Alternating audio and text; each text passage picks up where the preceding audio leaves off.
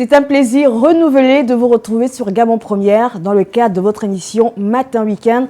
On ce samedi 1er juin. Coucou particulier à toutes les personnes qui sont nées en juin. Bonjour Dieudonné Koumba, bonjour Gabin Atiga. Bonjour à toi Fidji, bonjour. Bonjour Fidji. Bonjour à tous ceux qui nous regardent. Monsieur, bonjour. Bonjour cher ami. Comment allez-vous?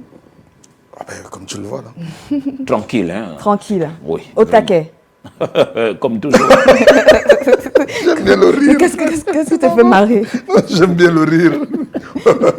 Moi j'aime bien quand l'émission démarre comme ça là. Ah oui. Ouais, avec des fous rires comme ça. Mais super dans ce va cas. pas Ça promet. On ne va pas être tout le temps triste. Oui, bien sûr. La semaine dernière, c'était la CNSS qui m'avait pris la tête avec ses partenaires, les banques. On va revenir sur le sujet dans quelques jours parce que j'ai été interpellé par des retraités qui sont désormais virés dans des comptes bancaires, ceux de Port-Gentil notamment, qui ont dit que la CNSS, et d'ailleurs on me l'avait dit, qu'ils ne devraient pas avoir des AGO, c'est-à-dire des retraits dans leur pension. D'ailleurs, on en parlait en semaine, et moi de dire quelle est cette banque qui peut fonctionner sans AGO. Soit ils ont roulé les pauvres retraités, soit il y a un discours qui n'a pas été franc. Voilà. Voilà. Malheureusement, ces retraités-là se voient ponctionner une petite somme dans leur pension lorsqu'ils vont à la banque. Mais ça fera l'objet d'une partie de ces sujets-là. Très bien. Alors, des sujets captivants, croustillants, saisissants, comme tous les week-ends aujourd'hui. En deuxième partie, Dieudonné, qu'est-ce que tu nous réserves? Il y a un jeune homme, un épris de justice, on va dire un ancien détenu. Je crois que c'est son 4e tour au Gros Bouquet. Oui. Il s'est levé pour dire « trop c'est trop, il faut que je conscientise mes frères ». Alors, il a mis sur pied une association pour la réinsertion des anciens détenus. Ça va être ça le premier sujet. Génial. Et de ton côté? De mon côté, on va parler de l'héritage de feu Vincent Mavungu, ancien haut dignitaire de l'État, ambassadeur.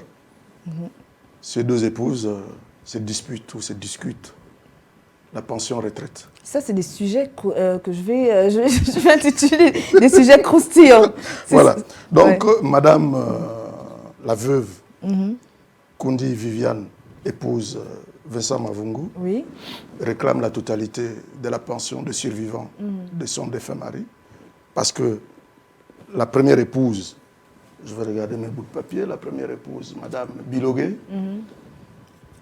Marie-Claire, percevrait la même pension de survivant. Alors qu'elle était déjà partie du mariage, estime madame Kundi Ifunga Viviane. Dis donc, Dieu pour ne rien rater de... Oui, Dieudonné. Non, je disais Dieu merci, on n'est pas encore dans la partie Justement, question-réponse. justement, oui. Là, il soulève quelque chose qui me soulève. Garde ton mal en patience. Pour ne rien louper de tout ceci, rendez-vous en seconde partie d'émission. Visite du président de la transition, président de la République, le général Brice Clotaire Oligui Nguema en France. Nouvelle place du Gabon dans le classement en matière de la liberté de la presse sont nos deux principaux sujets en note introductive. On en parle tout de suite. Ne bougez pas.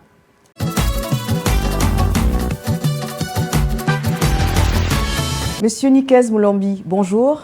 Bonjour. Merci d'avoir accepté notre invitation. Brice Clotaire Oligui Nguema, un voyage tant attendu.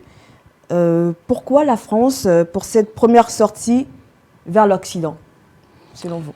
Écoutez, là, il est tout à fait normal, par les relations séculaires qui unissent donc le Gabon et la France, il est tout à fait normal que le président puisse avoir une visite de travail en France. Mais de l'autre côté, nous pouvons aussi aisément dire que la France avait besoin de se rassurer de la place qu'elle pouvait encore avoir au niveau du Gabon, même si c'est un pouvoir de transition. Mais les militaires du CTRI ont une vision qui commence à être perçue. Et donc, un partenaire comme la France, qui depuis des années tire davantage sur le plan économique profit au niveau du Gabon, rien que par l'exploitation du minerai, par l'exploitation du bois, par le pétrole, vous comprenez qu'il était important, sachant bien que les parts de Français, chaque année, baissait radicalement, donc il était important qu'elle puisse se rassurer, et donc on peut clairement dire que cela a motivé l'invitation du président Macron au président Oligui pour une visite de travail, jalonnée par un suivi aussi avec un intermède la signature des accords, mais surtout un forum économique qui aurait dû avoir lieu au Gabon, parce que je ne trouve pas tout son sens en France, quand on se rend même compte que les entreprises du CAC 40 ne sont pas là, et quand on voit que des organisations comme la FEG, qui est la Fédération des entreprises gabonaises, quand on voit que le président est entouré quand même de personnalités qui ont un certain nombre de carnets d'adresses, comme le président Oima, comme Charles Mba, et qu'on se retrouve avec... Mais il y a quand même le MEDEF, hein. C'est quand même autour du MEDEF. J'ai été, dans une ancienne vie, représentant du secteur portuaire et maritime. Et j'ai été au patronat gabonais, avant la FEG, comme vice-président de la section portuaire et maritime, et j'ai travaillé avec Tony Horvat. Celui qui est au devant de la scène était un ancien de chez Bolloré, qui était à Abidjan, hein, et je pense qu'un des anciens patrons du port, qui est aujourd'hui au cabinet du président, connaît même ces personnes. Donc je pense que nous devons être sérieux quand on organise les visites d'un chef d'État. Ce que nous avons vécu avec Athias doit s'arrêter. On ne veut pas faire un turnover, c'est-à-dire que ce que nous avons fait au Gabon, on va maintenant le faire en France. Pour moi, je suis déçu à ce niveau. Vous pensez que c'est un nouveau New York Forum Africa? Mais là, cette fois-ci, Paris Forum... Écoutez, nous avons un ministre du tourisme, de la transition, qui a décidé de relancer le tourisme. Et nous voyons des effets. Oui. Il était important que les Français payent les billets à Air France, viennent au Gabon, font un forum, et les signatures se font au Gabon. C'est ici où il faut faire le travail. Là-bas, il n'y a rien eu en dehors des annonces. On a eu 739, on a pu collecter 739 milliards quand même, pour la réhabilitation du chemin de fer, pour la réhabilitation de Mindoubé. Ok. Oui. D'accord. Vous me laissez répondre? Oui, allez-y. Ok. Mindoubé, c'est la Banque européenne de développement. Où est l'argent de la France? Mindoubé, les études de Mindoubé, moi j'ai eu un financement de la BAD. J'ai fait des études. Où sont passés les financements? Nous savons ce qu'il faut faire au niveau de Mindoubé. La France a besoin d'avoir un accord et aller rechercher de l'argent. Le Gabon doit arrêter d'être un bijou commercial. C'est par là où je voulais en Premièrement. venir. Deuxièmement, vous me parlez du Trans-Gabonais. Depuis 2022, il y a une convention qui a été signée. Vous pensez qu'on a besoin que Comilog aille annoncer ça en France, alors que tous les jours le train se casse? Dites-moi que la France a décidé de faire une ligne, Njolé-Oyem, pour faire venir les produits ici avec ce goudron qui a tellement souffert, et si on peut avoir une nouvelle ligne de chemin de fer, d'accord, ne me dites pas... À l'initiative, le chemin de fer n'avait pas été conçu pour les denrées alimentaires. Mais au regard du développement économique, au regard de la démographie, nous ouvrons les nouvelles zones. Et vous savez très bien que nous avons aujourd'hui l'exploitation des minéraux dans le Gouivino. Donc ça peut être utile. Donc, quand nous allons décider de faire un forum économique, il faut avoir des axes concrets. Je peux vous dire que ce qui se passe, ce sont des faits d'annonce. Le cas de Suez. C'est grave, hein, ce que vous dites, M. Moulombi. Oui, j'assume mes propos. Le cas de Suez. Sous le ministre Jean Eyégué Ndong, avant d'être Premier ministre, et je pense même sous le ministre Barrot, ministre délégué à l'économie, qui avait eu le marché de Veolia pour reprendre l'eau au Gabon? C'est Suez. Mais au lendemain de l'union, ça a été annoncé Veolia. Donc on quitte le grand frère qui a fait dans la cruauté, qui nous a mis le réseau en difficulté. On quitte le petit frère parce que c'était pas l'eau, c'était pas lui. S'il vous plaît, l'eau c'était pas lui. On passe sur le grand frère qui est Suez. Suez qui aurait dû être depuis... Les données n'ont pas changé jusque-là. J'attends les changements. Oui, mais Suez qui n'est pas là depuis... Les acteurs politiques de l'époque ne sont plus les mêmes. Est-ce que vous êtes en train de me dire que les Gabonais ne se sont pas appropriés l'outil de développement? Vous pensez que c'est Suez qui va... Ce n'est pas ce qu'on a dit. Monsieur Moulombi, tout à l'heure, en introduction, vous avez dit... Sur le financement, mais Suez amène quel financement? Permettez, s'il vous plaît. Je n'ai pas entendu qu'il y a eu tant de contrats. L'AFD, qui est l'outil financier de la France, a décidé de mettre X milliards pour le réseau d'eau. D'accord. L'amélioration du réseau d'eau que nous avons, l'amélioration du réseau d'eau que nous avons aujourd'hui est mise en œuvre par la Banque africaine de développement. Ça, c'est du concret. Deux choses, M. Moulombi. D'entrée de jeu, vous avez dit qu'il fallait que le numéro 1 gabonais aille en France parce que la France exploite un certain nombre de minéraux au Gabon. Est-ce que ce voyage n'aurait pas été une opportunité pour rétablir les choses, pour qu'il y ait désormais un partenariat de gagnant-gagnant? Première chose. Oui. Deuxième chose, c'est l'image qui m'a choqué. C'est le numéro 1 gabonais qui arrive en France, qui est reçu par l'ambassadeur de France au Gabon. Ça m'a réellement choqué. Je ne sais pas comment vous analysez ça, vous, en tant que... Diplomatiquement. Oui, non, mais il y a des raisons. D'abord, la France a une culture diplomatique. La France, quelle que soit la manière dont les pouvoirs sont changés, quel que soit le président, dès lors qu'on parle d'un coup d'État pour le Gabon, c'est un coup de libération. Mais eux, ils considèrent que c'est un coup d'État, même si elle ne le sanctionne pas, parce qu'elle sait qu'elle a des intérêts et parce qu'elle sait qu'elle est responsable de ce qui sont aussi... Ce n'est pas seulement les intérêts, M. Moulombi, mais aussi... Mais bien sûr que oui. Non. Est-ce que les Gabonais, oui ou non, adhéré au coup de libération? Qu'est-ce que vous dites? Est-ce que les Gabonais n'ont pas adhéré au coup de libération? Monsieur Atiga, quand vous me posez cette question, même l'opposant le plus radical a adhéré. Mais alors, pourquoi la France devrait-elle contester? Non, mais je n'ai pas dit que la France conteste. Ah d'accord, j'ai mal compris. Alors. Mais je dis simplement que la France a une tradition.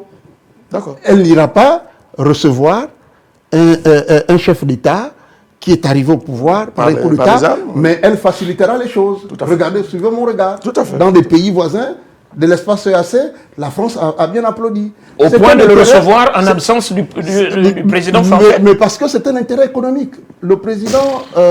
Combien de fois avez-vous déjà vu un président français? De Gaulle disait que la France n'a pas de minéraux, la France n'a pas d'amis, elle n'a que des intérêts. Et que géographiquement, les minéraux de la France se trouvent en Afrique. Venons-en au partenariat gagnant-gagnant.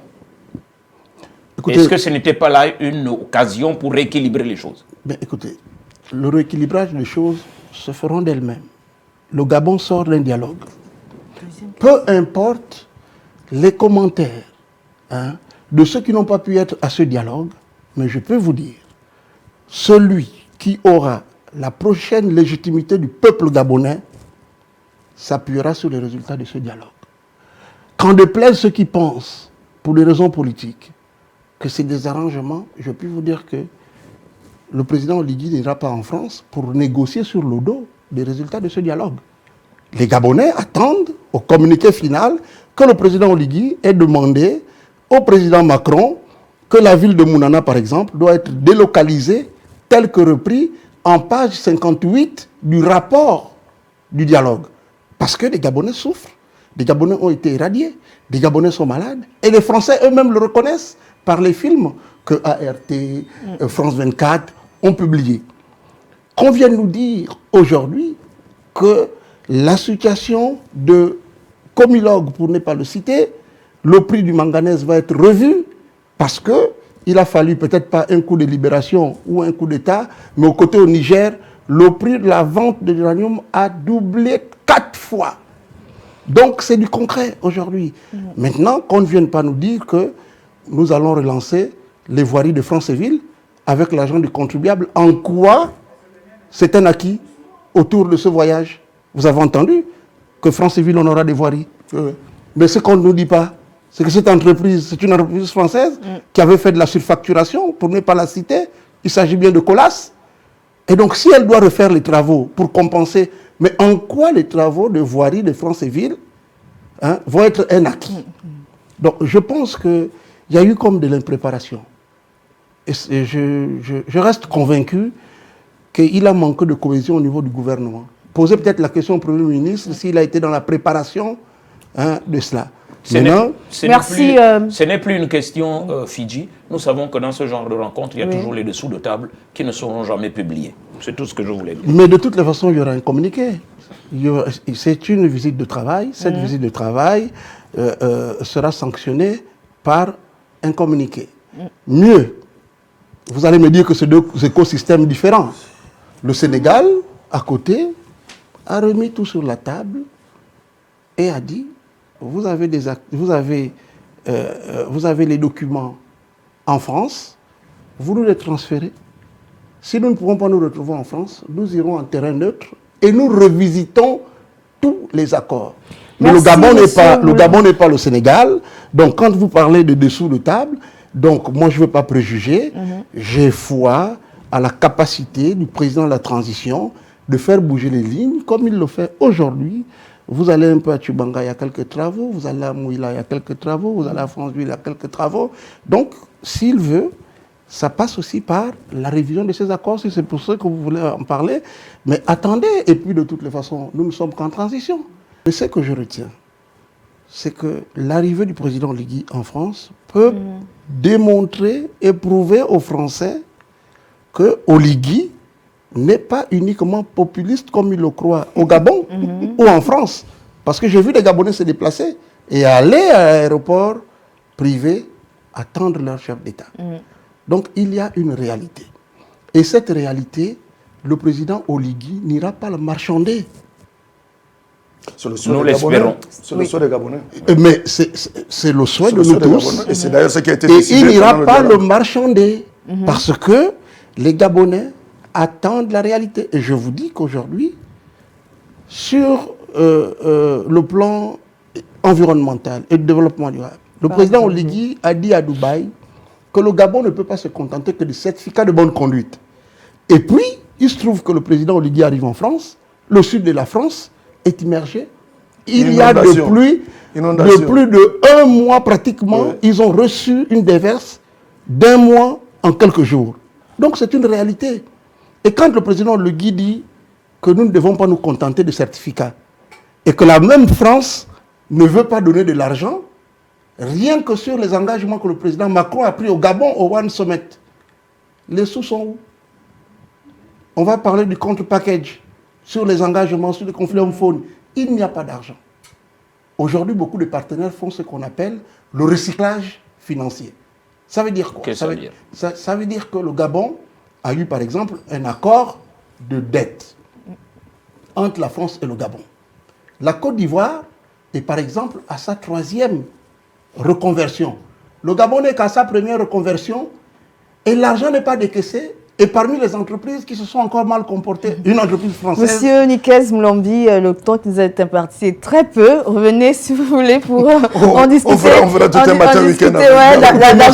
Merci de m'avoir invité. Ce qui est important, je dirais simplement aux Gabonais de suivre et de rester vigilants sur les engagements et sur la nouvelle vision que nous nous sommes donnée au niveau économique, au niveau social, au niveau environnemental, et que la France doit d'abord régler ses problèmes d'inondation avant de régler nos problèmes de Mindoubé. Donc s'il y a de l'argent, ils vont d'abord s'occuper de ces problèmes-là. Encore merci pour votre apport et votre éclairage. Merci. À très bientôt. Ben, c'est bon, je suis disposé. Très bien. Le saviez-vous qu'en matière de la liberté de la presse, le Gabon part de la 94e place sur 180 à la 56e place, selon Reporters sans frontières. Un bon Gabon.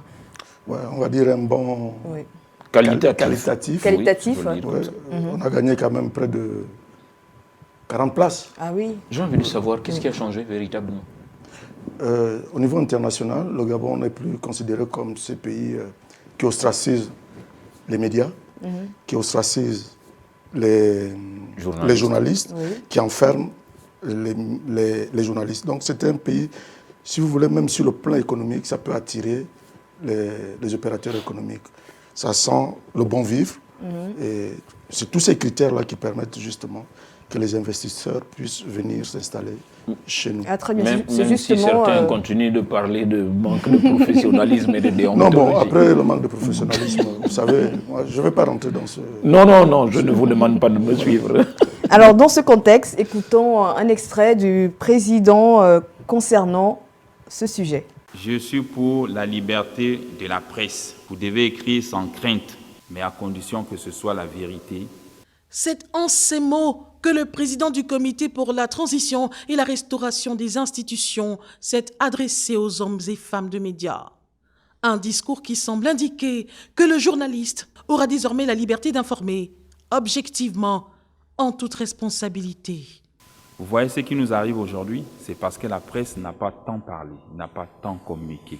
Mais nous, les militaires, on a vu la chose venir. On n'avait pas signalé que le mode était mauvais. Et vous avez vu la grogne des autres. Je n'ai pas vu beaucoup de journalistes s'exprimer là-dessus. Il faut faire des débats télévisés. Vous pouvez compter sur nous. On va remettre les choses dans l'ordre. L'ordre et la discipline. La censure, l'autocensure, la répression et toute forme d'intimidation étaient jusqu'ici mal vécues par la corporation dans son ensemble. Les professionnels de la communication, dans le public comme au privé, n'ont pas manqué de dénoncer cette entorse qui nuit gravement au principe de la liberté de la presse. D'après toi, Gabin, quels sont les critères qui ont prévalu pour que le Gabon se retrouve à ce niveau appréciable? Mais il y a beaucoup de critères. Au lendemain du 30 août 2023, on vient de le suivre, le président de la République, en recevant la presse, nous a bien dit « Je vous donne votre liberté, à vous de faire votre travail. Et je ne suis pas là pour vous ostraciser, comme je le disais tout à l'heure. Je n'arrêterai pas les journalistes, je ne les mettrai pas en prison. C'est ce que ça voulait dire, entre autres. Oui. La preuve, c'est que depuis cette date-là, aucun journaliste n'a été emprisonné. La haute autorité de la communication, à ce que je sache, à ce jour, n'a plus suspendu un journal. Elle est moins présente sur les médias. Donc, vous comprenez que ces critères-là s'ajoutent aussi à d'autres critères que je ne vais pas énumérer ici, parce qu'il y a des gens en sourdine, il y a des compatriotes en sourdine qui travaillent avec RSF. Donc, presque à tout moment, ils rendent compte de la situation de la presse au Gabon à RSF, sans frontières. Donc, on peut dire que le climat est apaisé. Ce n'est plus comme avant le 30 août 2023, où on suspendait Internet, où on suspendait les journaux à tout vent, on interpellait les rédacteurs en chef des journaux. Vous voyez que le climat, depuis, est vraiment apaisé. Et je pense que tout cela a concouru à ce que le Gabon descende jusqu'à ce niveau-là. Alors, Gabin, le discours du président a-t-il joué? Oui. Lorsqu'il nous a dit « Je vous donne votre liberté, faites votre boulot, mais pourvu que vous le fassiez bien ». Pour preuve, avec Nikes Moulombi, on vient de discourir sur un sujet qui hier on ne pouvait pas le discourir comme on l'a fait tout à l'heure, dire que c'est ce que chacun de nous pensait sur le plateau, sans en être inquiété. Je pense que oui. Est-ce qu'on peut... Fidji, j'aime bien la question que tu viens de poser. Moi, je pense que le discours seul du président ne suffit pas. C'est maintenant aussi comment les autorités se comportent face à ce qui se dit au quotidien. Bien sûr. Il vient de dire qu'il y a des compatriotes qui sont en relation étroite avec RSF. Donc, ils reçoivent au quotidien des... Si vous voulez des BR, des PV ou des BR, je ne sais pas comment ils conviendraient de l'appeler. À travers ces BR, on voit que les choses ont bougé. Même si le président ne l'avait pas dit, mais je pense que... Mais tout part, en fait, ce que Fidji veut dire, c'est que tout part de là. Oui. Et ça, tout le monde le sait. Tout part de ce discours-là à l'endroit de la presse. De par la façon de faire et de dire désormais, je crois aussi que les choses ont évolué. Alors, dernière question, est-ce qu'on peut réellement sentir cette liberté de la presse? Oui, on la sent, mais j'aurais voulu peut-être que tu demandes. Mais ce sera jusqu'à quand? Ce sera jusqu'à quand, si tu veux? Jusqu'à quand? Bon. Je peux répondre moi-même. Répondez vous-même à votre question. Jusqu'à quand? Jusqu'à ce que nous n'ayons plus peur, nous, hommes des médias. Jusqu'à ce que nous fassions bien notre travail en équilibrant l'information que nous donnons. Jusqu'à ce que les tenants du pouvoir ne nous empêchent pas de faire notre travail. Jusqu'à ce que les collaborateurs, les proches collaborateurs, les collaborateurs du président, parce que le véritable problème, c'est souvent là. Nous l'avons connu, Dieudonné est là, nous l'avons connu.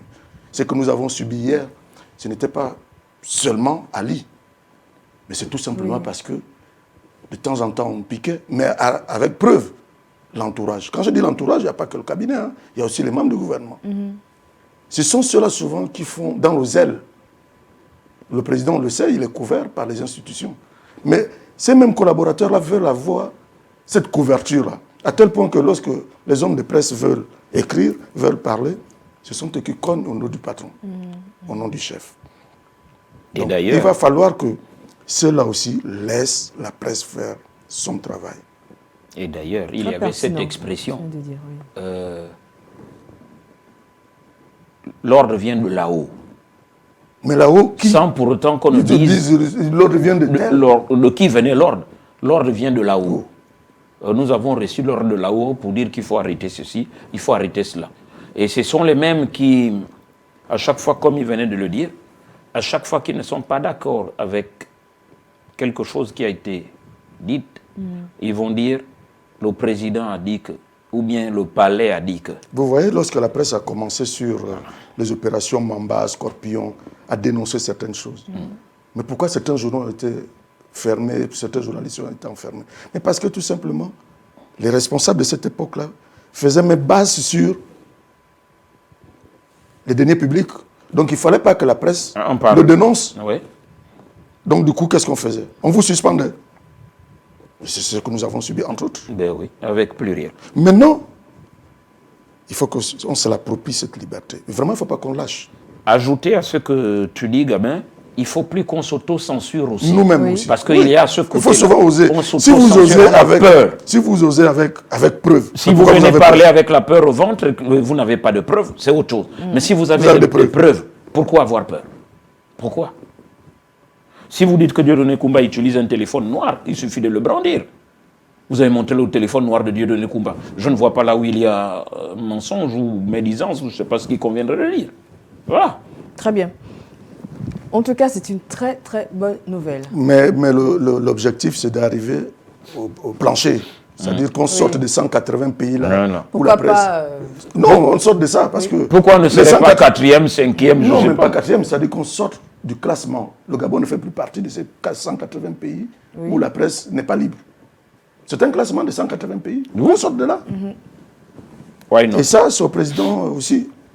C'est le président de la République, le président de la transition. Président de la transition, président de la transition, président de la République, le général, le chef de l'État. Doucement.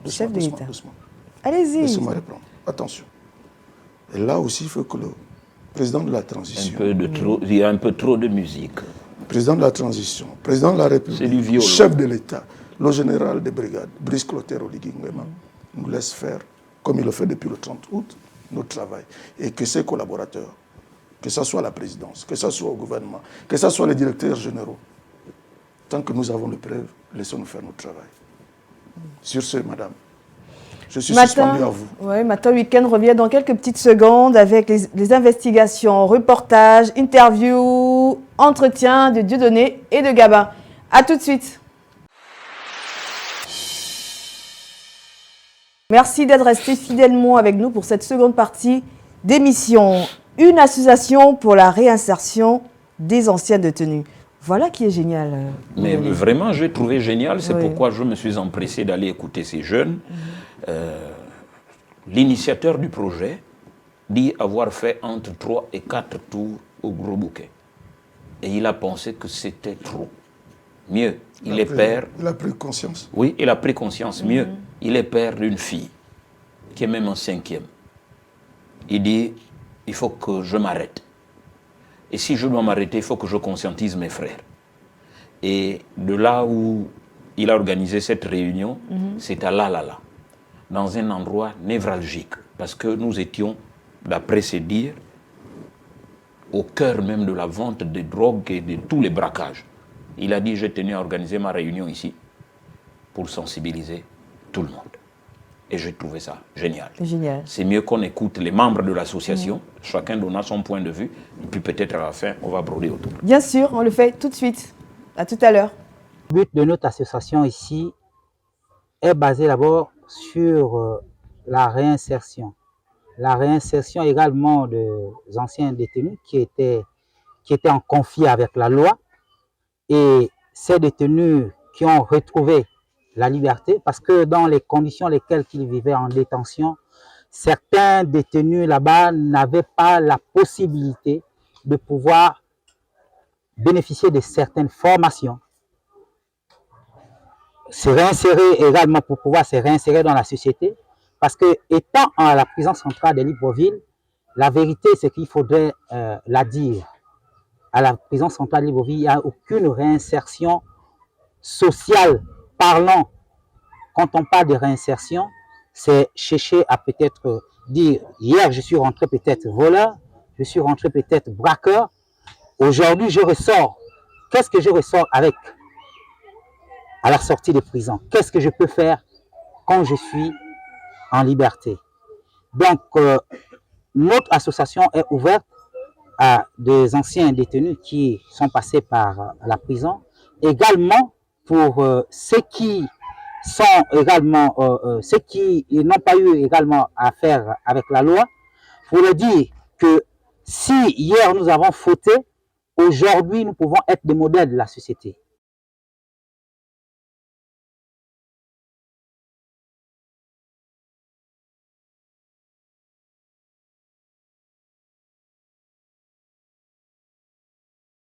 J'interviens en tant que conseillère de cette nouvelle association qui naît.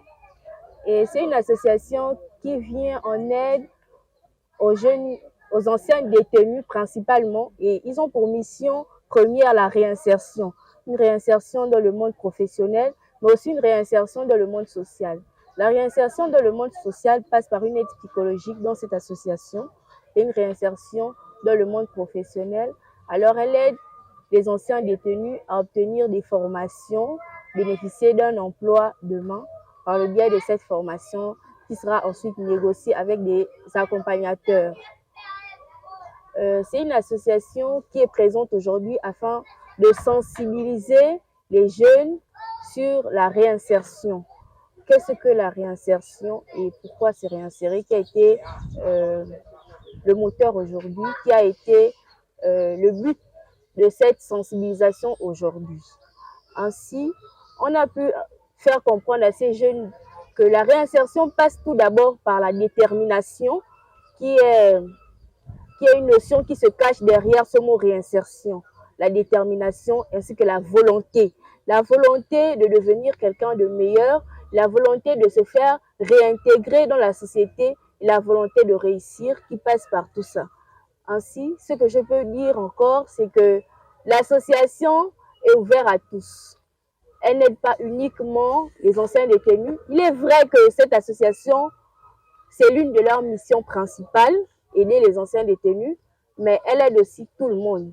C'est une association qui vient en aide aux jeunes qui ont décidé de changer de voie, aux jeunes qui ont décidé de se prendre en main.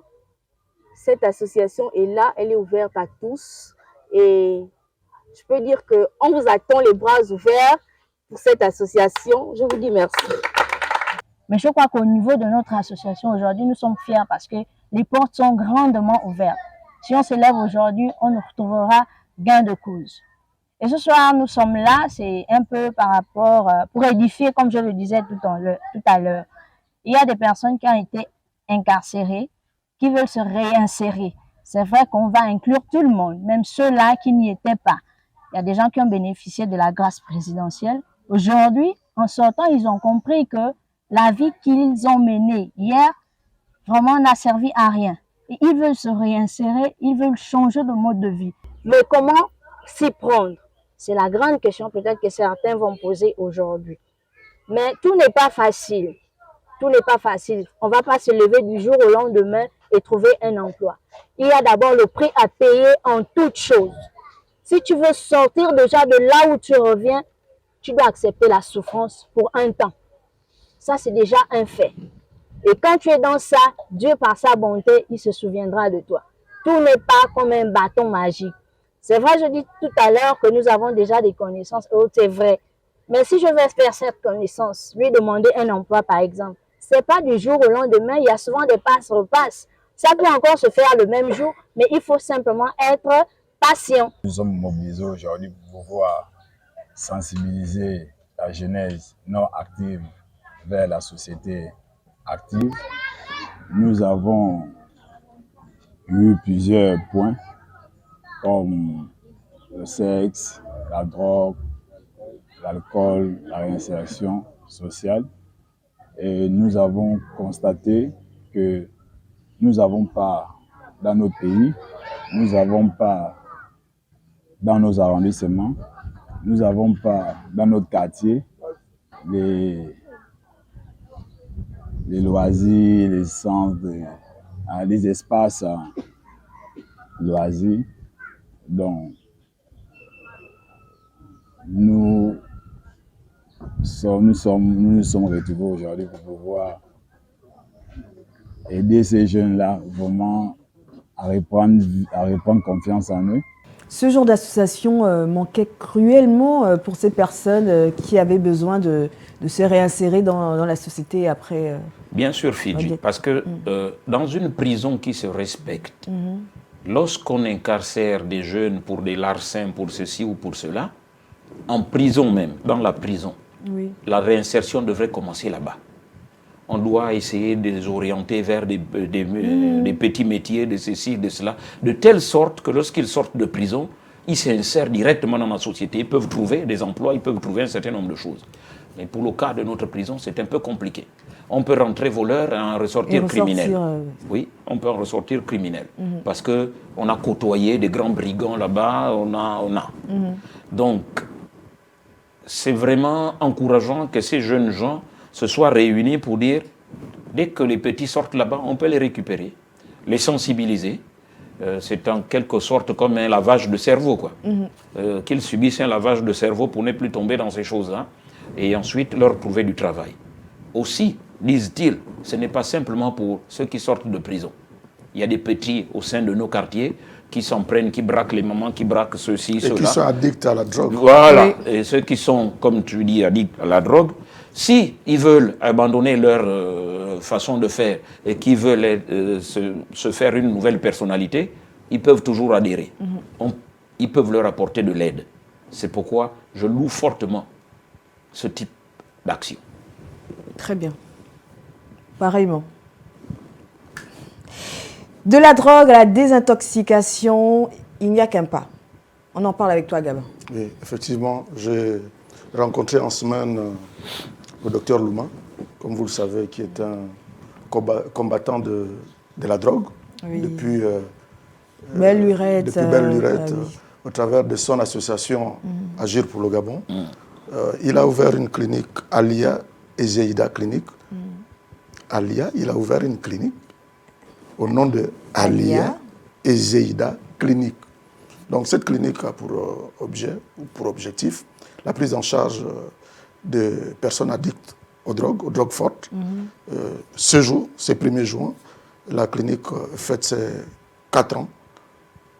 Donc je suis allé justement, j'ai fait immersion dans cette clinique pour voir comment elle fonctionne, comment ces personnes addictes à la drogue sont prises en charge et les sollicitations du docteur Louma à l'endroit des autorités pour qu'ils reçoivent une subvention. Très bien. 4 ans d'existence de la structure de désintoxication de Dr Louma, un document réalisé par Gabé Atiga.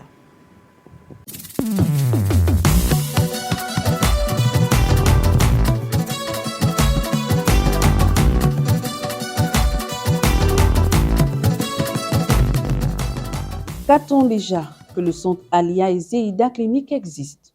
Situé dans la commune d'Ovendo à Aoungu Terminus, cet établissement sanitaire accueille depuis plusieurs années les personnes addictes à la drogue. En prélude à la célébration de son 4e anniversaire, le docteur Louma nous fait l'honneur de découvrir ce centre de désintoxication, le premier du genre et l'unique d'ailleurs au Gabon. Nous sommes ici à Alia et Zeida Clinique. C'est un centre de réhabilitation et de traitement des addictions. Autrement dit, c'est le premier centre de désintoxication du pays. Alors, ce centre a été créé le 1er juin 2020. Aujourd'hui, donc, nous sommes à 4 ans d'existence et nous avons donc une prise en charge des patients addicts, addicts à l'alcool, au tabac et aux drogues illicites, cannabis, cocaïne, héroïne et aux produits médicamenteux détournés de leur usage thérapeutique, tramadol, benzodiazépine et autres. Il y a aussi la prise en charge des pathologies additives sans produit. Je pense à la dépigmentation de la peau, je pense à la boulimie, je pense aux jeux compulsifs, je pense au téléphone portable, ainsi de suite.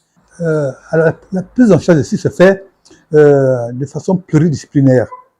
Nous avons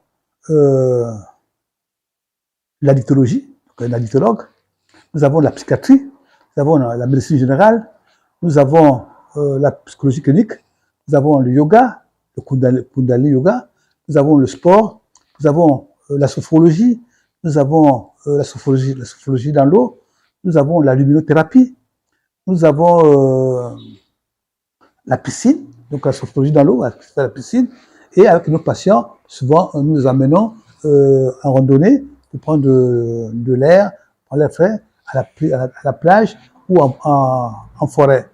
Donc c'est pour vous dire qu'il n'y a pas un traitement unique de traitement des addictions, d'autant plus que quand nous recevons nos patients, il y a des patients qui ont des comorbidités somatiques ou psychiatriques. Donc c'est selon le cas que nous recevons, que nous mettons en branle toutes nos thérapies. Nous avons des thérapies donc holistiques, c'est-à-dire qui tiennent compte de l'aspect spirituel, de l'aspect physique, de l'environnement, et ainsi de suite. Donc voilà un peu pour la prise en charge. Et la prise en charge aussi se fait souvent en hospitalisation ou en ambulatoire. En hospitalisation, la durée est de 6 mois à 1 an. Après cette durée-là, nous avons la réinsertion et ce qu'on appelle aussi la post-cure. Dans le monde entier, au Gabon en particulier, les drogues affectent l'état mental et physique des consommateurs. C'est une question de santé publique. Les politiques sont interpellés. Les coûts ne sont pas encore à la portée de tout le monde. Et malheureusement, nous avons affaire à des fléaux. Les addictions sont des fléaux qui touchent le monde entier. Aucun pays n'est épargné.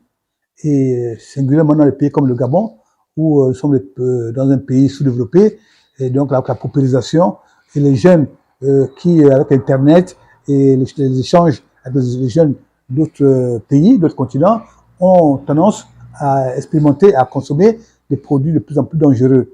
Malheureusement, effectivement, les addictions ou la prise en charge des addictions sont des parents pauvres de notre système de santé. Parce qu'effectivement, nous savons que d'autres pathologies qui ravagent l'humanité ont été ralenties ou en voie d'éradication parce qu'il y avait une volonté politique. Je me souviens de SIDA, le VIH-Sida, et il a fallu la volonté politique de la défunte Edith Lucie Bobo-Ndimba, la défunte première dame du Gabon, qui en a fait son cheval de bataille politique et qui, avec son implication tous azimuts, a réussi à faire en sorte que nous puissions avoir des CTA, des centres de traitement ambulatoire de partout, et ce qui a amené notre pays à ralentir la séroprévalence, et les traitements antirétroviraux sont devenus presque gratuits dans certains cas. Et donc aujourd'hui, franchement, on a pu maîtriser la propagation de l'épidémie du sida, parce qu'il y avait une volonté politique. Donc c'est pourquoi aujourd'hui aussi, par rapport au traitement des addictions, nous sommes les seuls. Et aujourd'hui, au moment où je vous parle, en ce 4e anniversaire, nous avons reçu près de 300 patients qui sont passés par chez nous. La médecine de luxe n'est plus de mise dans un pays comme le Gabon, où on a des richesses immenses, et malheureusement, les populations les plus vulnérables sont les moins nantis. Donc il va falloir que nous puissions... C'est vrai qu'aujourd'hui, avec les nouvelles autorités du pays, notamment le CTRI, avec à sa tête le général Oligui Nguema, ils font un travail immense. On le voit déjà, le pays est en train de changer qualitativement, mais tout ce que le président du CTRI et ses membres et ses amis en uniforme font est apprécié. Mais qui apprécie, ce sont les populations, ce sont les humains. Or, la valeur sûre, c'est l'être humain. Or, nous avons des populations malades. Qui va habiter les cités construites par nos autorités? Qui va rouler dans les autoroutes ou les grandes voies que nous construisons sont les jeunes, sont les populations. Donc il faut vraiment tenir compte que nos populations doivent être en bonne santé. Pour cela, il va falloir que nous puissions prendre en charge ces patients. Alors, au dialogue d'Angongé, les commissaires qui ont planché au sein de la commission sociale ont recommandé que nous puissions, que les autorités puissent construire partout dans tout le pays des centres de désintoxication. C'était une bonne initiative qu'il faut maintenant appliquer. C'est-à-dire que nous puissions avoir partout dans le Gabon, dans le pays, des centres de traitement des addictions. Malheureusement, on n'a pas assez de monde. Pour conclure, je dirais que nous avons donc affaire à une situation difficile qui met en mal le vivre ensemble. Parce que les violences constatées, les homicides volontaires, les échecs scolaires, les familles déstructurées, la plupart de ces cas sont dus à la drogue, aux drogues. Donc il va falloir que nos autorités qui ont en charge la santé des Gabonais comprennent que nous autres là, c'est notre modeste contribution à la réussite de leur politique de santé. La santé pour tous ne doit pas être un slogan. C'est que nous devons additionner la lutte contre le sida, contre les pandémies, contre le paludisme, contre les rougeoles, contre cela pour que nous puissions arriver à faire reculer la maladie, la paupérisation et la souffrance des populations. Donc, mettons un peu de volonté.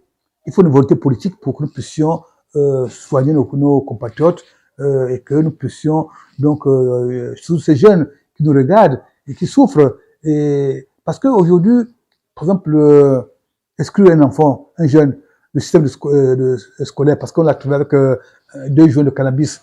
Ok, mais quand vous l'excluez de l'école, la rue va le happer, va le prendre et va en faire un délinquant. Si vous la voyez en prison, il se tient plus délinquant que cela. Donc, je dis que les dealers, les trafiquants de drogue, on leur place en prison. Ça, il n'y a pas de doute. Mais il faut par contre prendre en charge les jeunes consommateurs pour les soigner et les réinjecter dans le système éducatif ou dans le monde du travail. J'ai la chance de savoir pourquoi je suis ici. Bah déjà, je pense que c'est une chance le fait que je me retrouve dans la clinique Ali Zeida.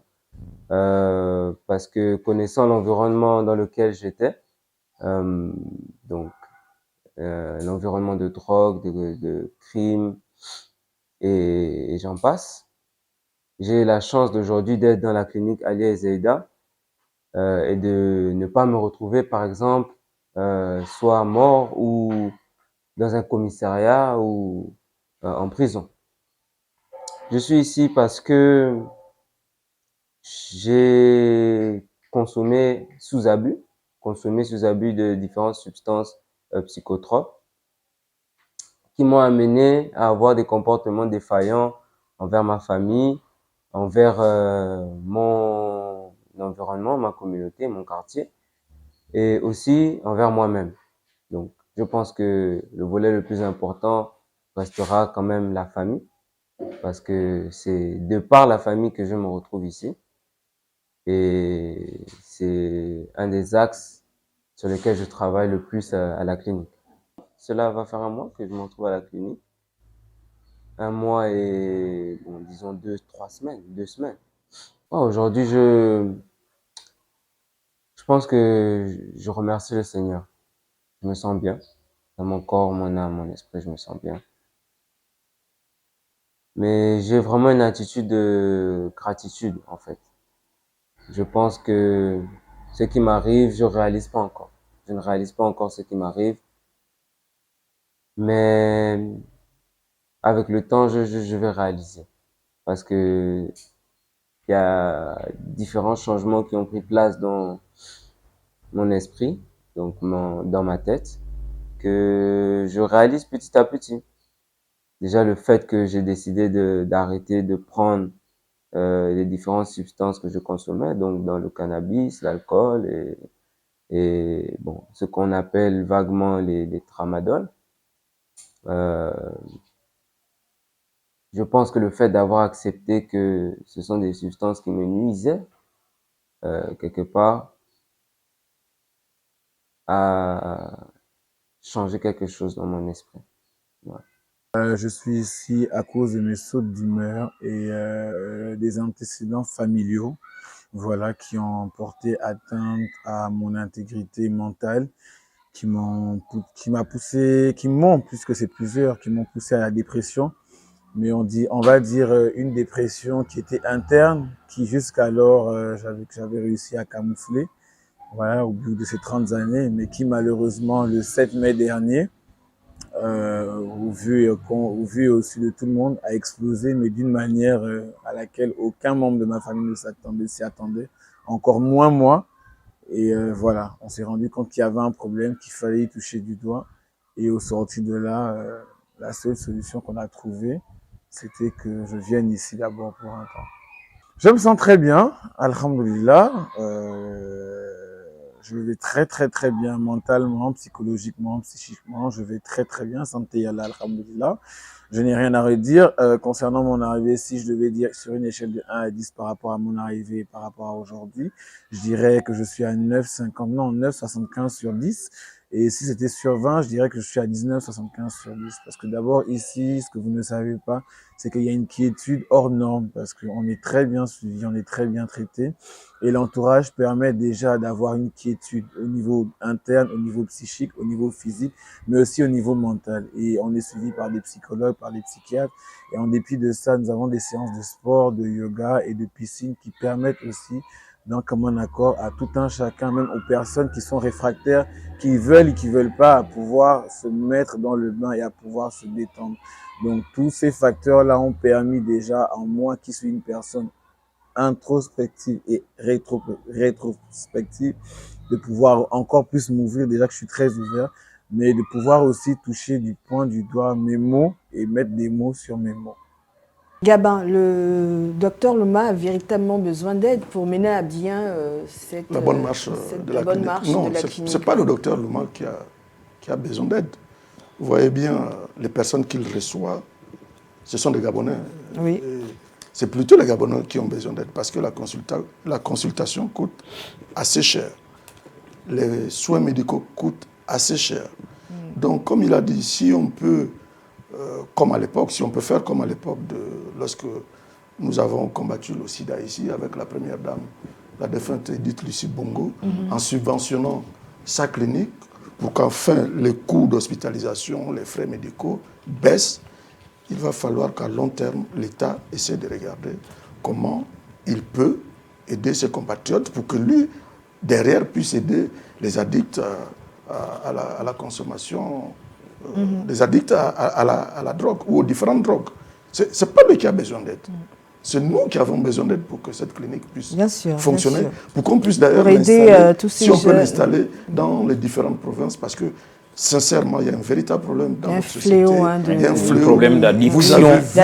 Effectivement. Vous avez vu les jeunes que j'ai trouvés là-bas. Les addictions, ce n'est pas simplement à la drogue, il y a l'alcool, il y a la cigarette.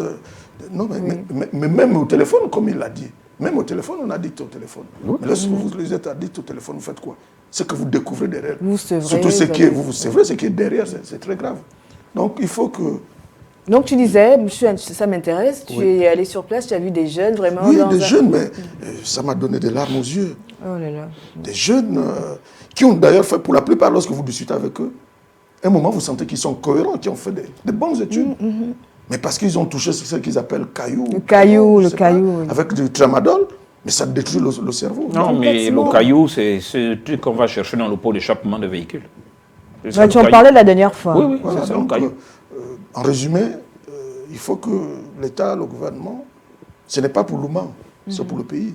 Maintenant, si vous ne pouvez pas le faire pour lui, mais qu'on essaie de le faire dans les grands centres hospitaliers, ouvrir des structures justement pour combattre, pour aider ces addicts-là aux drogues, pour qu'ils s'en sortent, pour qu'ils puissent s'en sortir.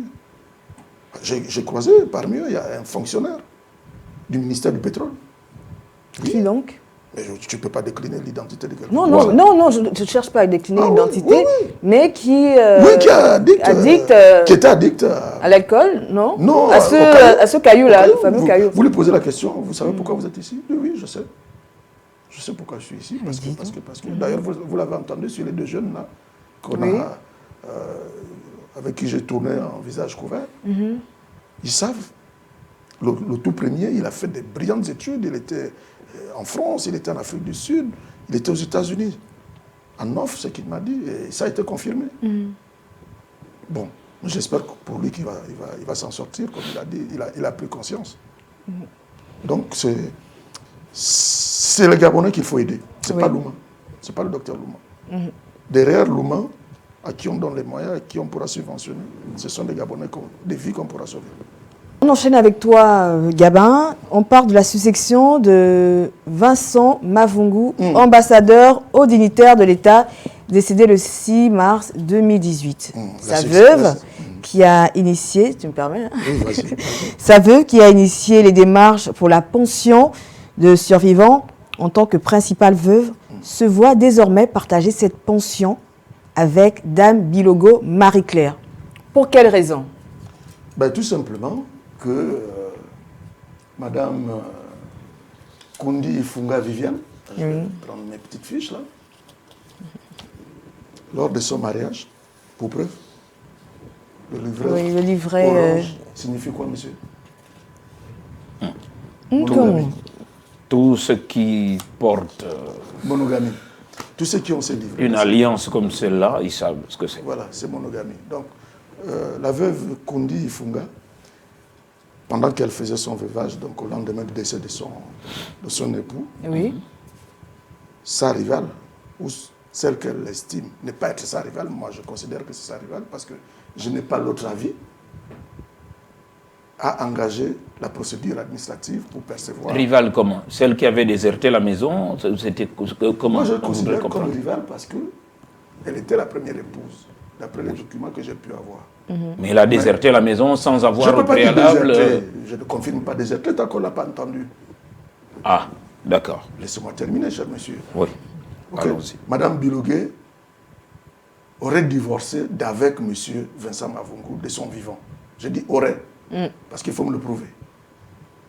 Donc pendant que Kundi Ifunga faisait son veuvage, les premiers mois, elle est interpellée par la caisse de pension qui lui dit, pendant que vous êtes chez vous, on a telle dame qui revendique être la principale épouse de votre défunt mari. Comment ça? Vraiment? Comment ça se peut? La principale épouse, c'est moi, pour preuve. Livret de mariage, monogamie. La suite, c'est mieux qu'on l'écoute. Oui, c'est mieux qu'on l'écoute.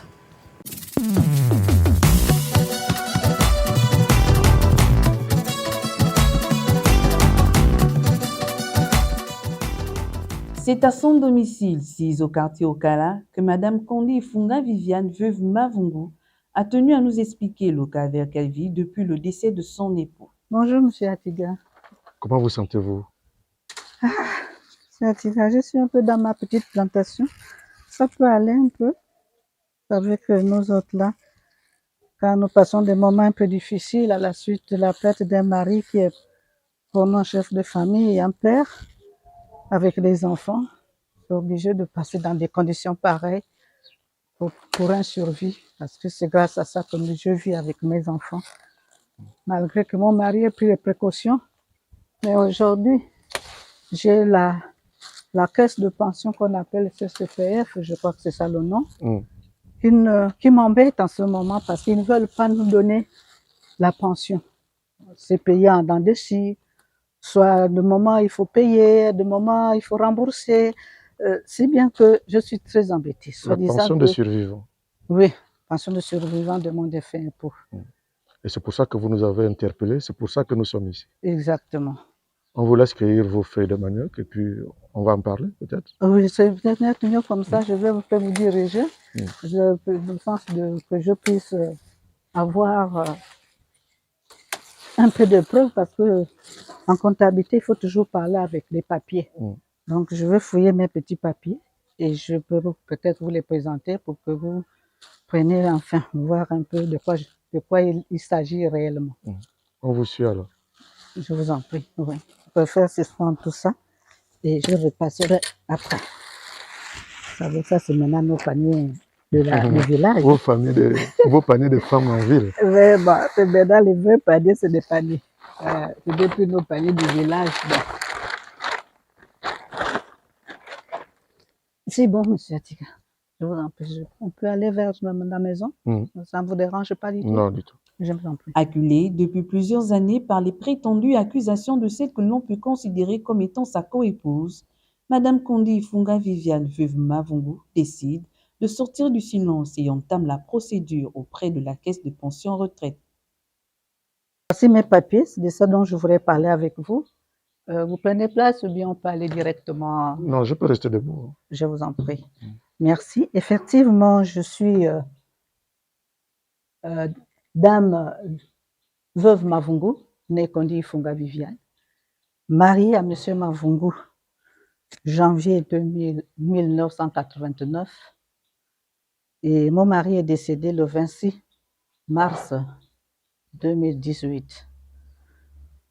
C'est un ancien secrétaire général du Conseil des ministres, directeur général du budget, président directeur général de la SNTH, on appelle PDG, aujourd'hui d'Abantour. La dernière fonction, c'est le Parlement.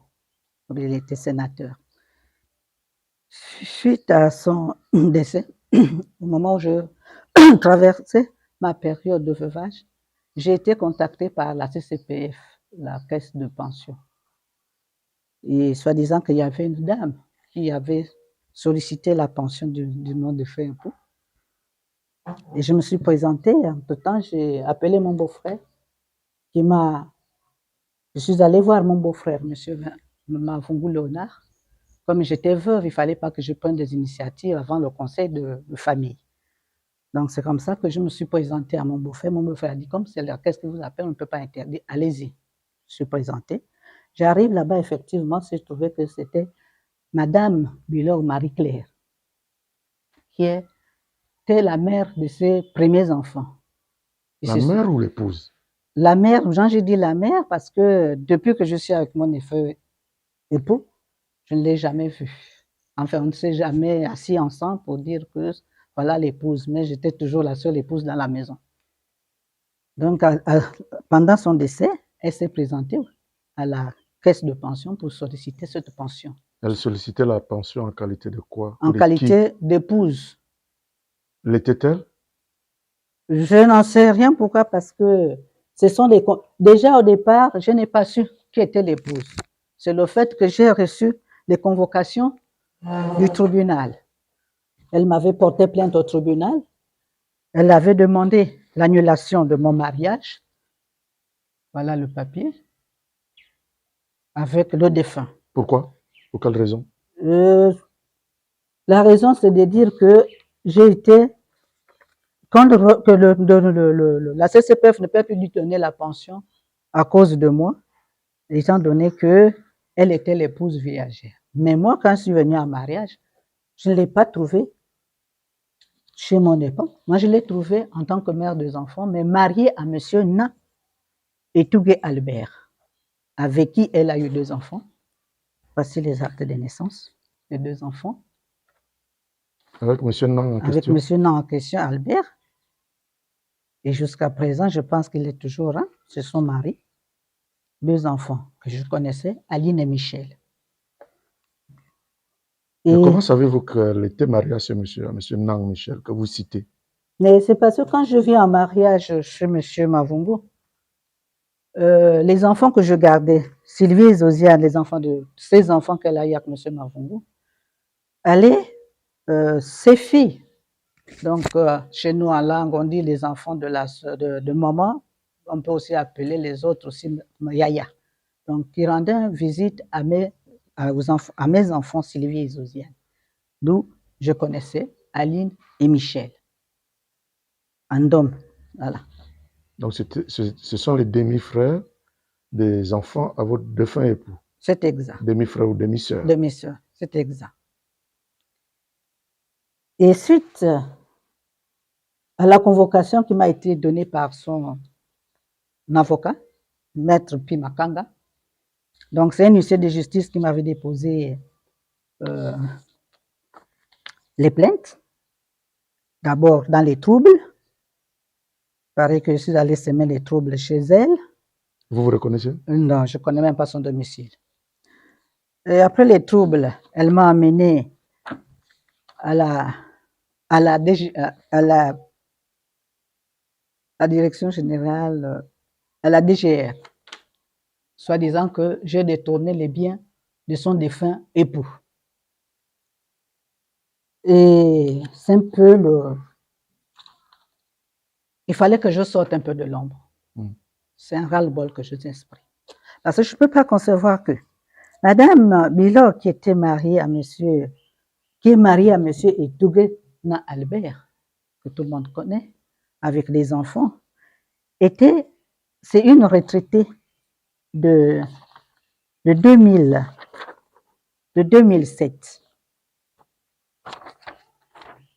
Vous avez toute la documentation sur elle, hein? Mais vous savez que quand on vous amène en justice, on est obligé de faire les recherches. Moi, j'étais à la fonction publique qui gère les fonctionnaires et au budget. Il fallait que j'ai les renseignements sur elle et sur mon défunt époux pour que je sache de quoi parler en justice. Donc, voilà le document qui m'a été sorti. Madame Bilor Marie-Claire, fonctionnaire du ministère de la Santé publique. Situation familiale divorcée. C'est bien écrit là. Situation familiale divorcée. Et elle est à la retraite en 2007. Voilà. Matricule 10. Bon, c'est privé. On ne va pas parler de tout ça. Je vous en prie. Et voilà les raisons pour lesquelles j'ai répondu à l'appel. Parce que moi, je travaille à la mairie de Libreville. La mairie de Libreville, c'est marie ses concitoyens, enfin, s'occupe de mariage, mais il ne s'occupe pas de divorce.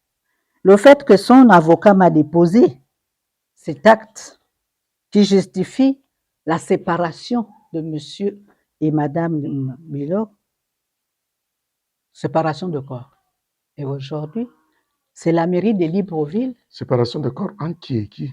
Entre monsieur Mavungu Vincent, donc votre défunt époux et madame Bilo Marie-Claire. Mais pas divorcé, séparation de corps. Séparation du corps et non séparation. Attends, c'est bien écrit, certificat de non-divorce et de non-séparation de corps. Donc, il n'était pas divorcé. Justement, voilà pourquoi je voulais que le tribunal m'entende. Parce que aujourd'hui, elle peut prendre le mariage d'après elle.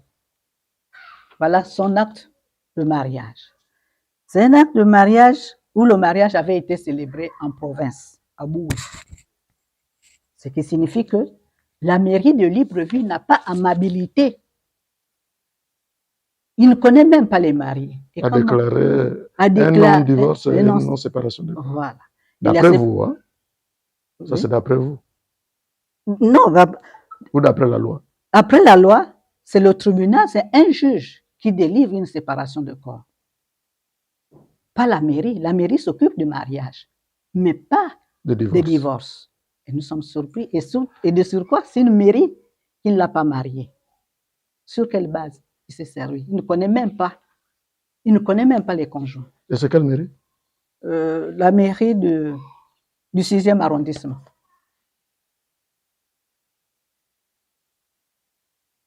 La procédure et la documentation en sa possession, Dame Condé Funga Viviane, veuve Mavungu, se retrouvent à la case départ.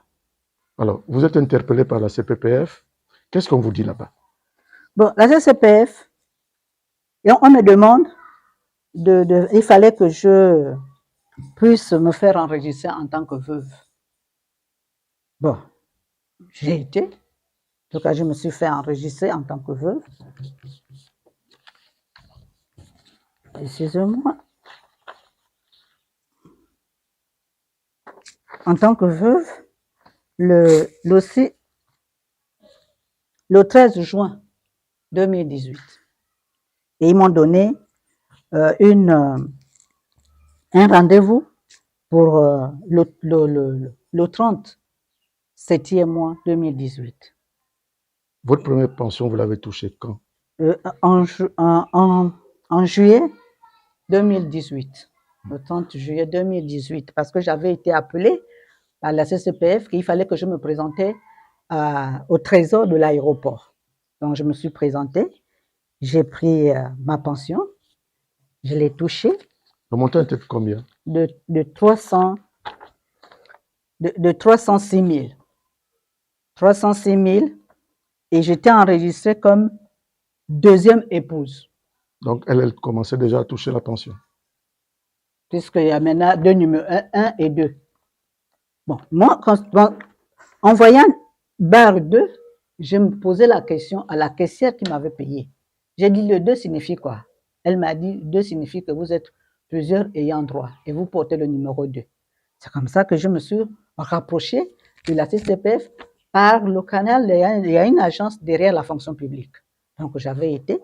Effectivement, ils m'ont fait comprendre que oui, quand vous voyez comme ça, ce qui signifie que vous êtes plusieurs épouses. Et c'est qui l'épouse, la teneur ne m'avait pas été donnée.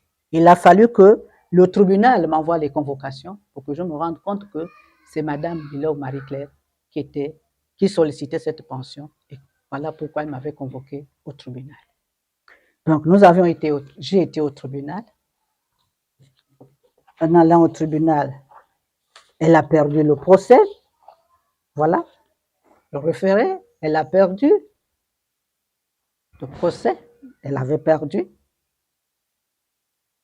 Et ce qui m'étonne, parce qu'à chaque fois qu'elle est condamnée aux dépens, elle trouve encore d'autres voies. D'un coup, voilà, nous sommes à la DGR. Après la DGR, elle m'amène pour l'annulation d'un mariage. Elle a encore débouté. Après débouté, me voilà encore. Elle me conduit encore à la cour d'appel. Elle a encore débouté.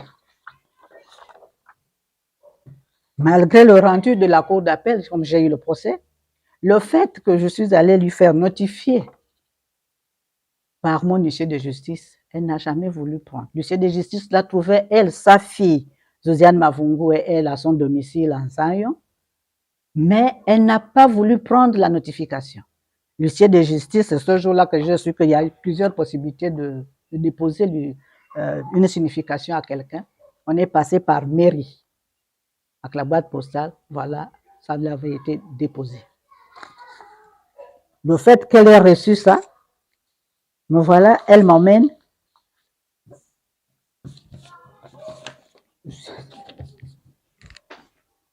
en cassation. Elle a fait un pourvoi en cassation, parce qu'elle conteste la décision de la Cour d'appel justice Libreville. Et l'affaire est pendante en cassation au moment où je vous parle. Alors, en ce moment, touchez-vous, oui ou non, votre pension de survivant? Au début, je la touchais jusqu'en 2021, juillet 2021. Le fait que j'avais reçu la signification du tribunal, donc je suis allée à la cour, à la CCPF, solliciter quelques documents de fin époux, parce que c'est pas ma pension, c'est une pension de survivant. Il fallait qu'on me donne les papiers, quelques documents sur M. Mavungu. La CCPF a trouvé mieux de m'écrire et écrire au tribunal pour demander un sceau de confidentialité. Pour quelle raison, je n'en sais rien. Et pourtant, entre-temps, j'étais déjà bénéficiaire de l'attention du survivant. Et aussitôt, je me suis vue le mois prochain qui venait, août, quand je m'en vais le 30 août à la banque, la pension n'est plus passée, elle m'a été suspendue. Pendant combien de temps elle était suspendue? Pendant plus de peut-être 2 ans. Hein? Aujourd'hui, ils ont essayé de rétablir en juillet 2023. Après, en juillet 2023. Vous ont fait un rappel? Justement, ils m'ont fait un petit rappel que je n'ai pas compris. Ils m'ont rappelé un rappel de 4 millions. Il a fallu même que ce soit un agent des affaires sociales de la direction de la veuve orphelin qui est parti demander pourquoi le dossier de Mme Mavungu ne prospérait pas. Et c'est comme ça qu'elle a dit non, ça y est, c'est déjà payé, ils sont fouillés. Oui, effectivement, il y a un mandat de Mme Mavungu qui traîne au trésor public de l'aéroport. Elle m'a appelé, je suis allée, effectivement. Il y avait un rappel de 4 millions. On va dire 4 millions, d'accord. On va dire 4 millions. Et sachant que j'avais une pension de plus de 600 000. Et me voir avec 4 millions après 2 ans, j'étais un peu étonnée. Par où est passé mon argent? Je me suis rabattue, toujours à la fonction. D'abord, à la direction de la CCPF. Eux cherchaient à consulter, vraiment, c'est pas facile de se faire recevoir là-bas. J'ai été reçue par madame, l'ancien directeur général, madame Odouma, et qui avait associé à cette audience monsieur Leka, pour nous parler, puisque j'avais écrit à la CCPF pour notifier la décision du tribunal. Donc, en même temps, ma pension devait être versée régulièrement et que, vu la décision du tribunal, apparemment, j'avais gagné. Bon, ils m'ont dit, oui, ça va se faire, ils sont en train de faire des échéanciers. J'ai attendu, et jusqu'à présent, cet échéancier ne m'est jamais arrivé. Est-ce qu'entre-temps, vous êtes réparti à la CPPF pour savoir pourquoi ça n'avance pas ou ça ne prospère pas, comme vous dites? Mais je suis reparti. Tout simplement, ils m'ont dit qu'il fallait qu'ils attendent le directeur général qui était en déplacement. Oui, en déplacement pour des élections. Et que c'est voilà pourquoi son adjoint nous avait reçus. Nous étions là donc en 2023, c'est ça? Nous étions en 2023. Voilà pourquoi son directeur adjoint m'avait reçu face à monsieur, en présence de leur conseiller juridique, monsieur Leka. Et ils m'ont dit non, ça ne devait plus retarder. Ok, je dis mais non, vous savez que nous les veuves, on ne vit que de ça, j'ai des enfants et tout, donc j'attendais. Il a dit oui, vraiment c'est parti.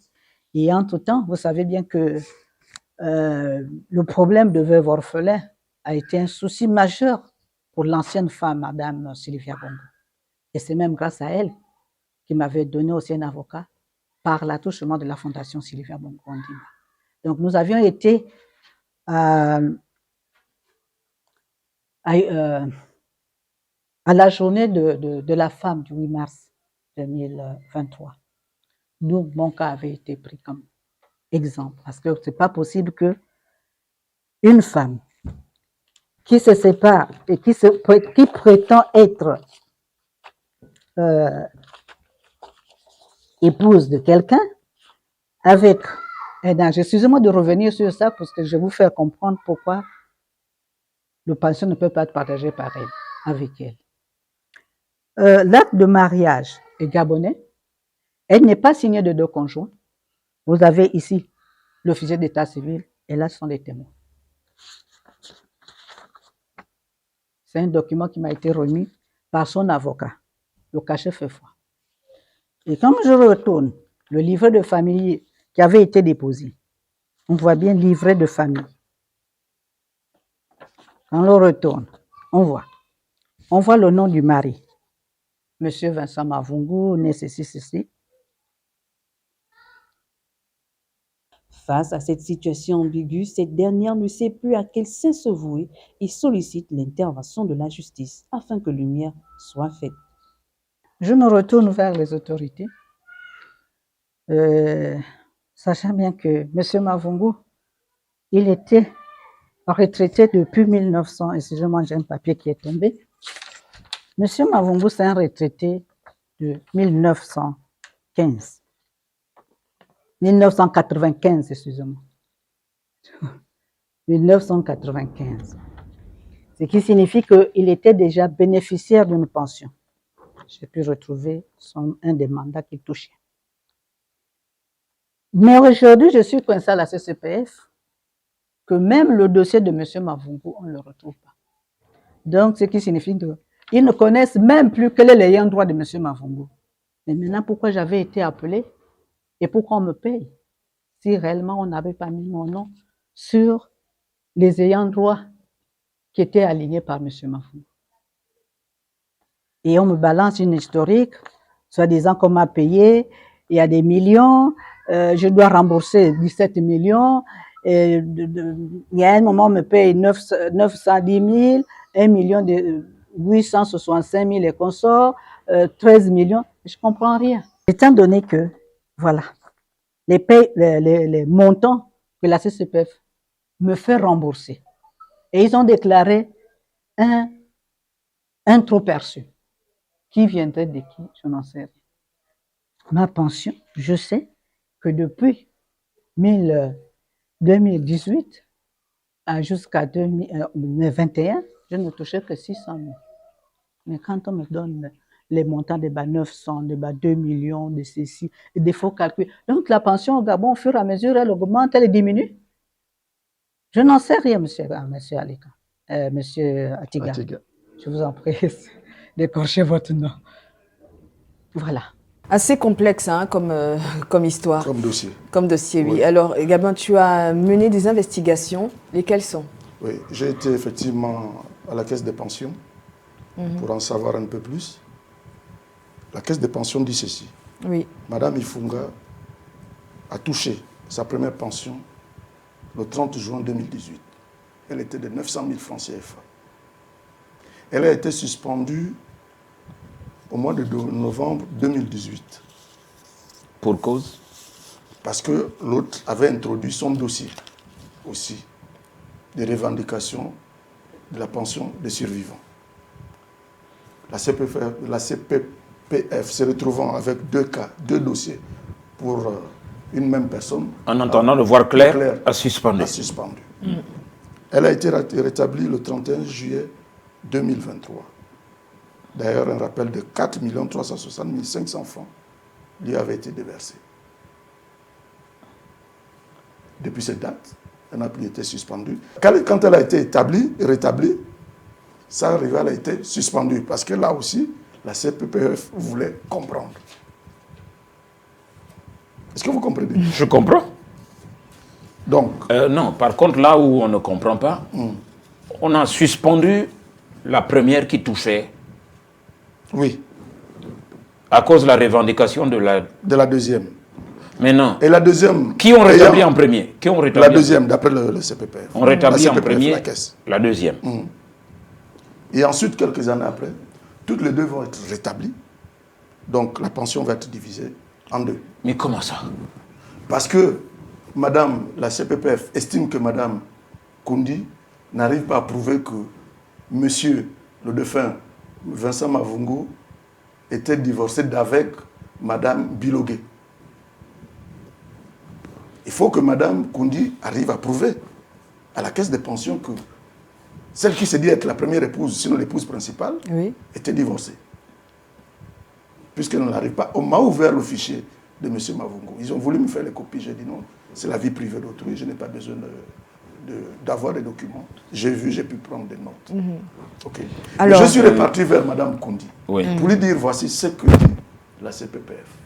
Mme Kundi me dit faux. Elle me présente des documents de paiement. Les montants que vous me dites, je ne les reconnais pas. Mais ça sera la suite de notre prochain numéro. Parce qu'elle m'a cité le nom de son avocat, de l'avocat de sa rivale, qui lui aurait donné des documents sur sa rivale, prouvant qu'elle était déjà divorcée d'avec M. Vincent Mavungu. Ce serait intéressant. Si elle lui a donné les documents, ça veut dire qu'elle a les copies des documents. Mais c'est ça que je dis. C'est l'avocat qui a donné à Mme Kundi les documents de la rivale, qui prouvent que la rivale était déjà divorcée et avait eu déjà 2 enfants avec quelqu'un d'autre. Fidji. Mais ça fera l'objet, je ne veux pas m'arrêter là, je veux tout faire pour rencontrer l'avocat et peut-être avoir Mme Kundi sur le plateau. Si Mme Bilogué nous suit et qu'elle souhaite parler, très bien, ce serait bien de les avoir les deux sur le plateau. Au lieu de dire... voilà qui est dit. Voilà. Oui. Parce que bon, j'espère que tu t'es entouré de toutes les conditions professionnelles pour éviter les plaintes de certains. Monsieur Koumba, il y a des sujets sur lesquels je n'ai pas besoin d'avoir un droit de réponse. Je jette un pavé dans la mare, je provoque. Ça vous éclabousse et vous venez sur le plateau. Mais justement, notre profession nous l'exige. Nous l'exige aussi. Donc, il y a des moments aussi, comme je l'ai fait pour celui-là, j'ai mené une enquête, je suis pour en savoir un peu plus. Je suis allé à la CPPF, pour ne pas mettre la CPPF au pilori. Je suis allé, ils m'ont donné leur version des faits, mais je suis reparti vers Mme Koundi pour lui dire « Ah, j'espère que vous ne me trompez pas dans votre histoire. » Elle m'a montré d'autres documents. Donc ça fera l'objet d'une deuxième partie, certainement avec l'avocat et certainement avec Mme Bilogué. Et Mme Koundi sur ce plateau, on sera combien? 1, 2, 3, 4, 5 sur le plateau. C'est un peu cette démarche que vous découvrirez dans mon document de tout à l'heure. Ah ouais, super. Mais justement, ça tombe bien, je me retourne vers toi. Oui. On parle, c'est la société Mr M, c'est bien cela? Oui. Chargée de construire la route Bizango Cimetière, Bizango Cimetière des musulmans. PK12, cimetière des musulmans jusqu'au débarcadère. Donc le Mr M a disparu. Mr M aurait disparu selon les populations de Bizango. Oui. Elles ont dit ce qu'elles ont dit. Hein. Vous allez le regarder dans le document. Et comme je n'ai pas pu m'arrêter là, il fallait que je trouve où se cache Mr M qui a disparu après avoir construit son camp de base, sa base vie, et après avoir tout enlevé. C'est super. Écoutons d'abord les populations. Il y a beaucoup de mystères. On écoute les populations.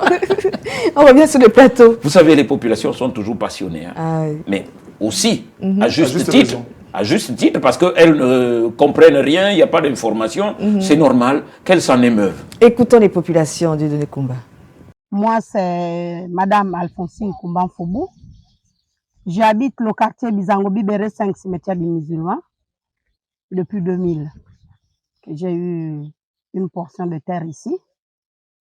Aujourd'hui, c'est la deuxième fois que nous faisions venir les médias sur le terrain parce que nous constatons beaucoup de manquements dans notre quartier. Nous avons d'abord le grand problème qui taraude nos esprits ici, c'est le problème de la route. Nous allons le voir peut-être à la longue, dans notre élément, comment se présente l'état de la route depuis plusieurs années que nous sommes ici. Le deuxième problème, c'est l'eau et l'électricité. Voilà comment nous sommes dans un quartier muni de 16 éléments primaires qui font l'être humain et qui convergent vers le bien-être de l'être humain. Donc, c'est pourquoi nous appelons encore les médias aujourd'hui pour qu'ils viennent constater comment nous passons des moments difficiles. La route, au mois d'octobre, suite à l'élément que vous aviez diffusé, le génie militaire était passé ici, je pense une semaine après. Ils avaient fait l'étude de terrain et en quelque sorte, c'est eux qui devaient prendre en charge la réhabilitation de cette route. Donc, les populations étaient enthousiastes parce que nous connaissons tous l'efficacité du génie militaire. Et quelques temps après, nous avons appris qu'il y a une entreprise, notamment Mr M, qui a eu le marché des travaux de pavage de la route PK12 débarcadère Thomas Meba. Cette entreprise est arrivée ici fin octobre, tambour battant. Elle a installé sa base vie. Tout le quartier pensait que ça y est, les travaux devaient démarrer. Mais M. José Koumba, depuis ce jour jusqu'à maintenant, cette entreprise n'a même pas fait un coup de pelle.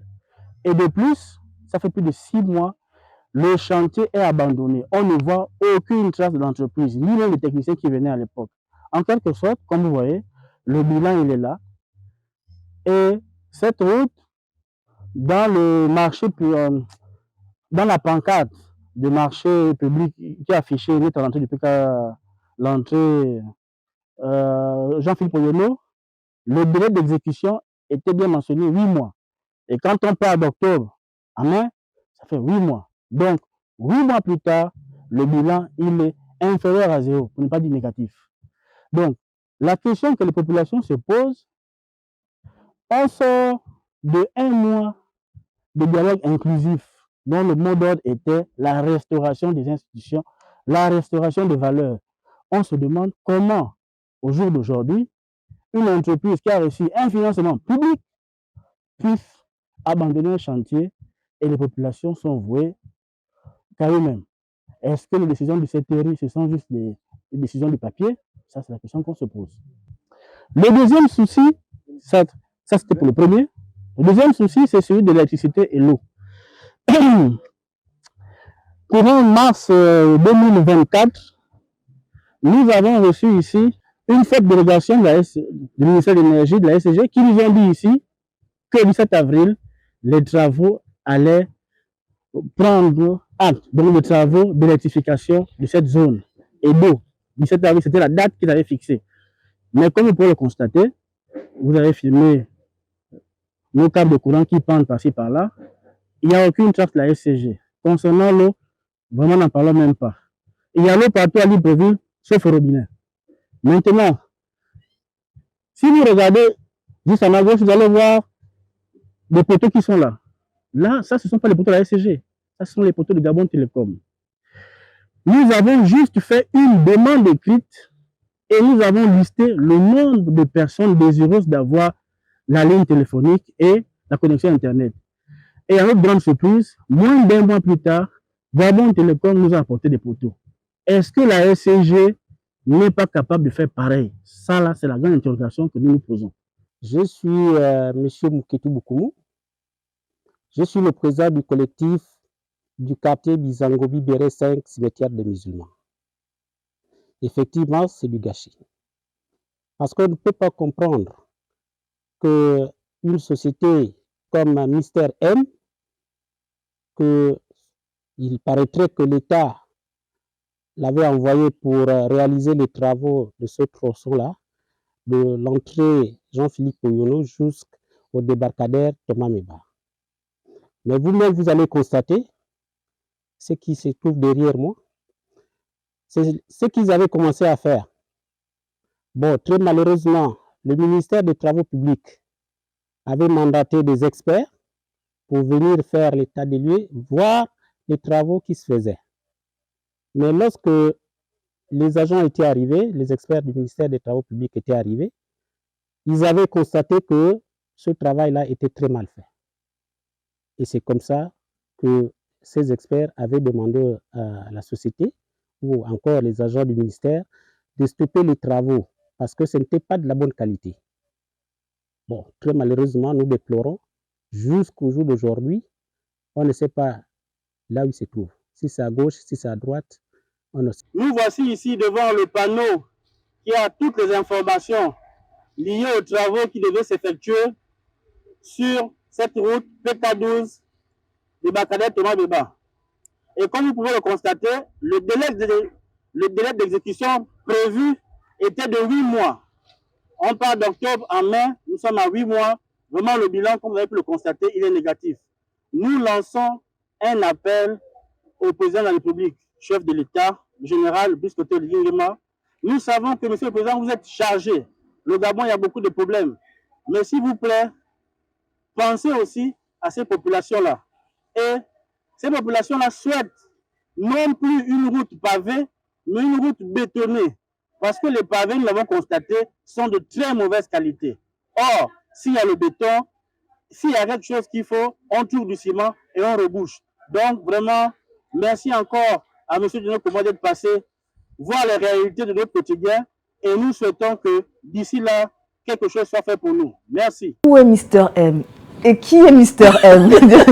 Pourquoi je rigole? Il y avait cette bande dessinée quand on était enfant, Mister No. Ouais. Un gars qui n'était jamais d'accord avec tout, qui contestait tout, Mister No. Lorsque j'ai vu Mister M, j'étais bien curieux de le savoir.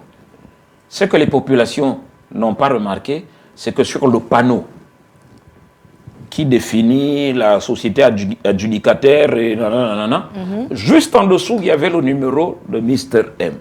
J'ai pris ce numéro, j'ai appelé Mister M, quelqu'un de très courtois, qui m'a reçu dans son bureau et qui m'a un peu expliqué ce qui s'est passé.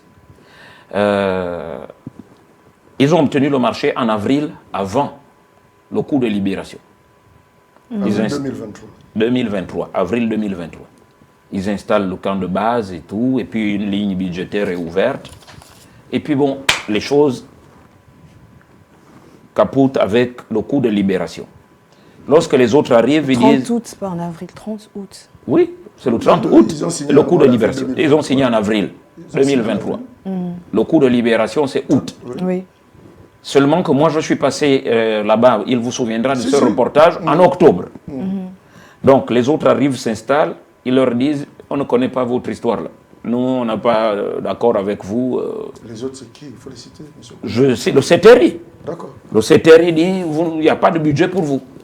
Ce n'est pas avec nous que vous avez contacté vous avez signé le marché. Moi, j'imagine que c'est derrière un travail fouillé de la task force. J'imagine, non? Mais il n'y avait pas encore d'argent versé. Ah. Donc, ils ont construit le camp de... Oui, non, même sans argent, si on la voit que votre vie, dossier, la base de votre dossier n'est pas solide, et qu'on constate, comme l'a dit le président, c'est une affaire de copains. C'est possible. Je ne vais pas défendre parce que je n'ai pas abordé le sujet. Donc, ils ont commencé à faire des pavés. Ils ont amené le gravier. Ils ont préfinancé, oui. Ils ont installé la base de vie en octobre, ils ont mené les études, et puis, une mission de contrôle arrive, après que le CTRI se soit installé, pour essayer de comprendre. C'est à partir de là que les choses tournent mal. La ligne budgétaire que vous nous désignez n'existe pas. Donc nous n'avons rien pour vous payer. Je vous ai dit non, copain. Donc voilà. L'entreprise Mister M a été roulée. Voilà, Mister M fait quoi?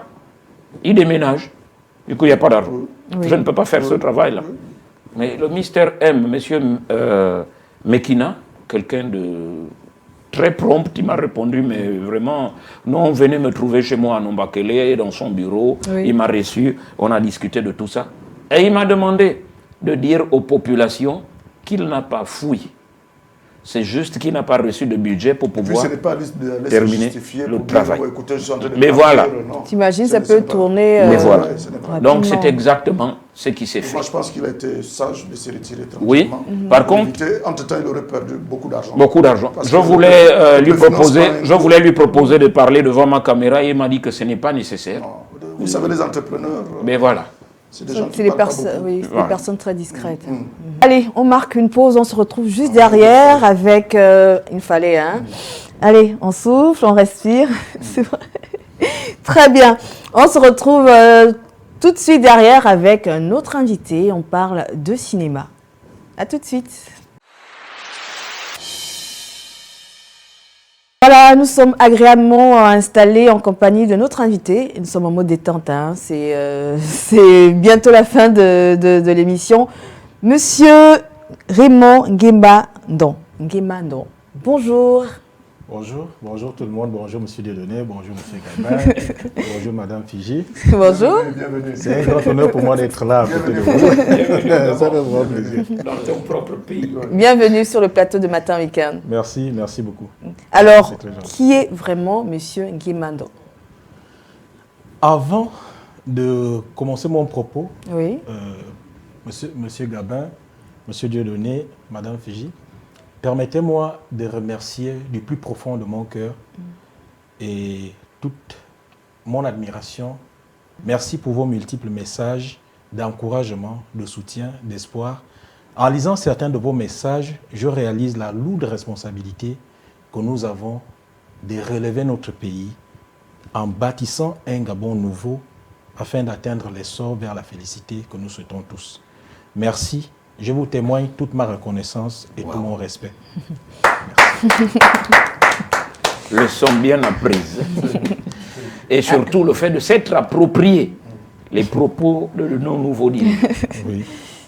Alors, qui es-tu? Raymond Nguemandon était un acteur professionnel gabonais formé à l'Académie des médias à Istanbul, ayant déjà joué dans plusieurs films, séries, novellas turques, des publicités.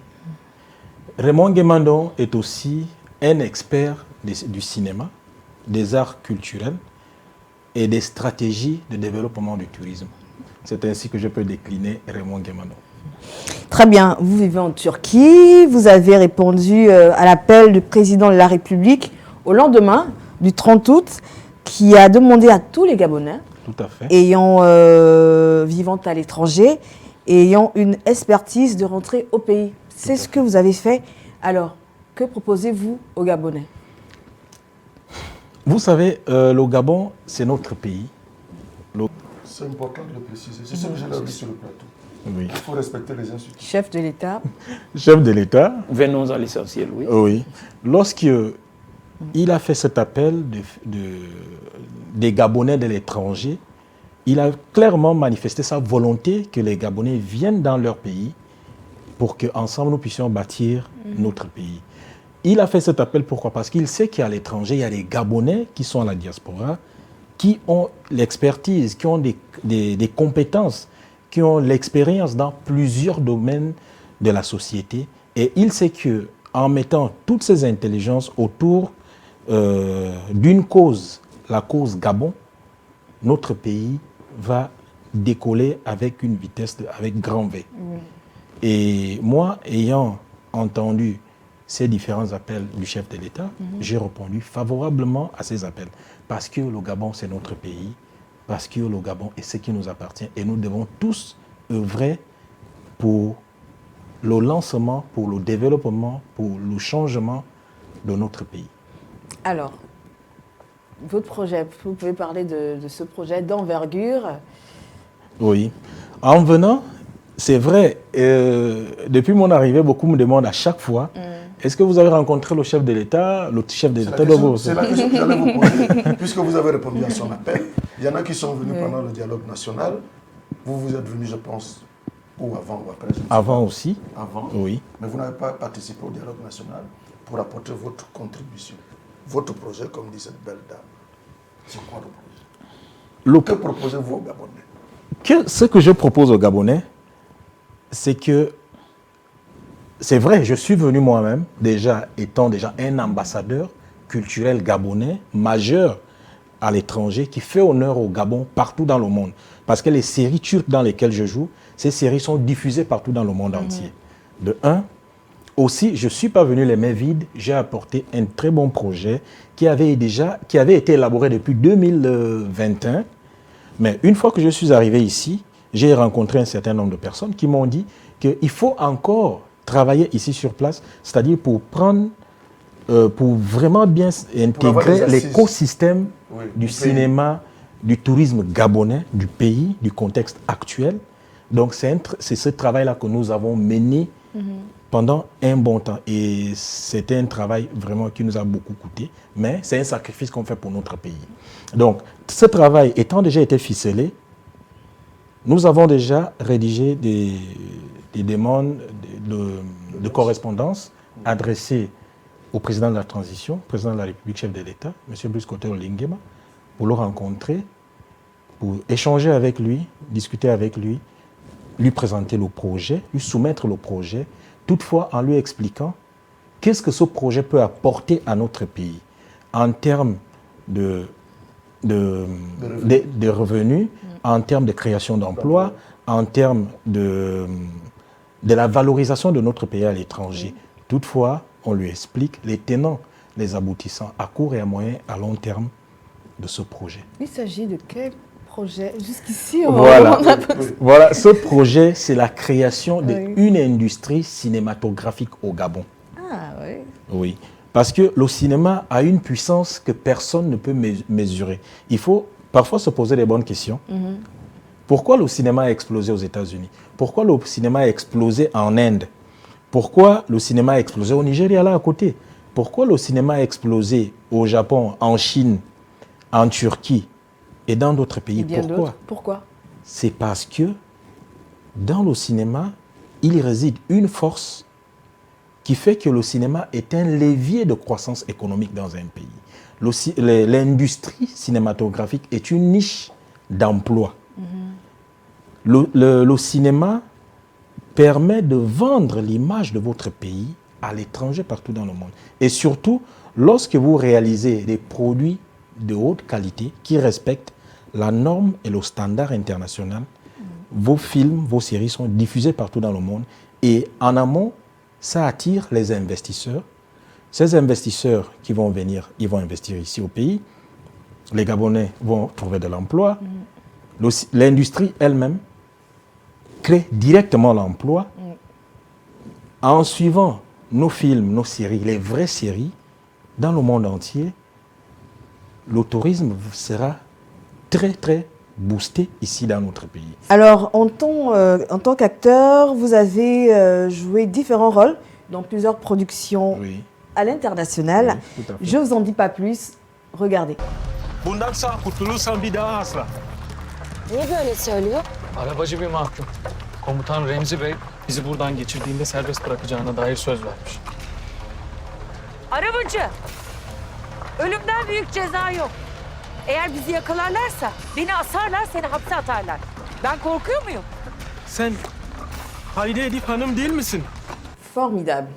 Vraiment bravo. Vraiment bravo. Monsieur Dejeuner, applaudissez pour moi. Vraiment bravo. Alors, nous remarquons vous avez joué à ce niveau-là. Le seul noir, que vous parlez super bien turc.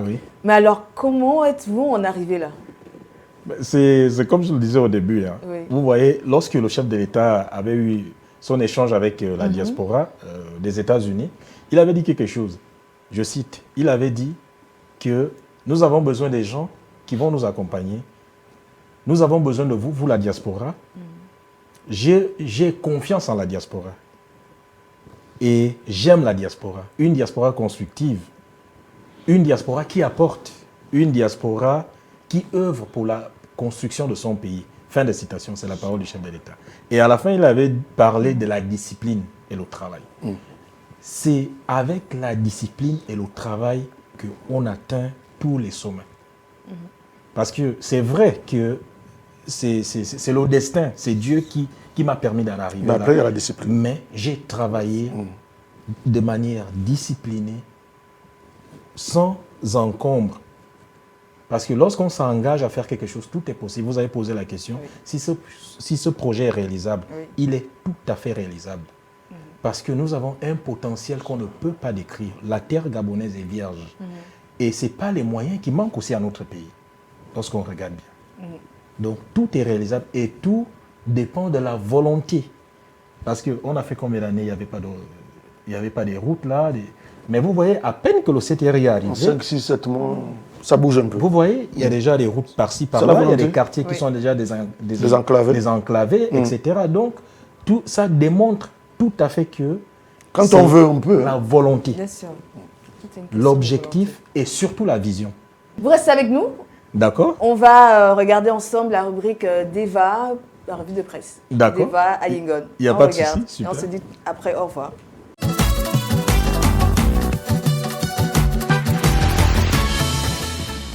Bonjour à tous et bienvenue. Fidji Gabin Dieudonné, on ouvre la revue de presse de matin week-end avec le bimensuel Le Temps. On titraille Oligui Nguema à Paris, pour quel enjeu? Brice Clotaire Oligui Nguema est à Paris depuis le 28 mai dernier pour une visite d'État. Selon nos confrères, cette visite comporte de nombreux enjeux, aussi bien sur le plan géopolitique et diplomatique que les plans géostratégiques et économiques. Une visite qui intervient au moment où la France perd en influence en Afrique. La suite en page 3. La visite du président de la transition à Paris, on en parle encore, et cette fois avec la loupe. En titre, Oligui Nguema chez Emmanuel Macron.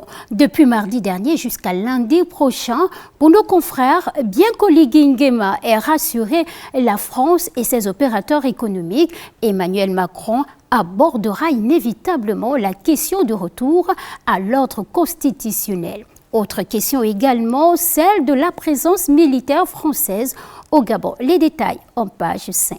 On poursuit avec le mensuel diplomatique Coopération internationale. Visite officielle du président à Paris. C'est la titraille. En marge de celle-ci, il a pris part à la session de clôture du premier forum d'affaires Gabon-France. Il s'agit d'un forum économique qui a réuni 600 chefs d'entreprise, des organismes gouvernementaux et investisseurs potentiels. Parmi les retombées de cette grande rencontre économique, l'on note la mobilisation de 739 milliards de francs CFA et la signature d'accords et conventions en vue de renforcer le partenariat entre le Gabon et la France. Les détails également en page 3. Toujours dans le cadre de cette visite du président de la transition à Paris, on boucle avec cette titraille de l'Union. Place au volet politique. Au lendemain du succès qu'aura été le Forum économique, le chef de l'État, Brice Clotaire Oligui Nguema, aborde le volet politique de sa visite officielle en France avec en point d'orgue ce vendredi son entretien avec son homologue Emmanuel Macron, au cours duquel l'évolution de la transition en cours dans notre pays et les questions d'intérêt commun devraient être également évoquées. C'est tout pour la revue de presse de Matin Week-end. À bientôt. Merci, Monsieur Raymond Nguemando, d'avoir choisi Matin Week-end. Merci, c'est moi qui vous remercie de m'avoir reçu sur ce plateau. Et surtout avec ces visages mythiques. Oh. Les visages mythiques. Revenez alors, quand vous pouvez. Comment on dit au revoir en turc? On dit görüşürüz.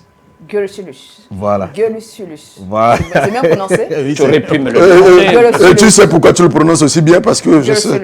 Tu vois, ta langue passe très bien. Que j'ai dit tout à l'heure merci en turc. Bon, alors, görüşürüz. Ça va. Görüşürüz, Dieudonné. Finissons là-dessus. Görüşürüz, Gabin. Saul. Görüşürüz. Saul. Oui, görüşürüz, tes chaussettes bleues. Ah, mais elles sont belles, tes chaussettes. Ah non, là, ça je like. Elles sont très belles, ces bleues-là. C'est le ciel. Voilà, non, pour une fois, j'apprécie. Merci. Elles sont super. Hein? Non, écoutez son commentaire. Ah, vous oui, dites, oui. monsieur. Ouais, les chaussettes là sont super. Et puis ça tape à l'œil. Et c'est le bleu. Hein?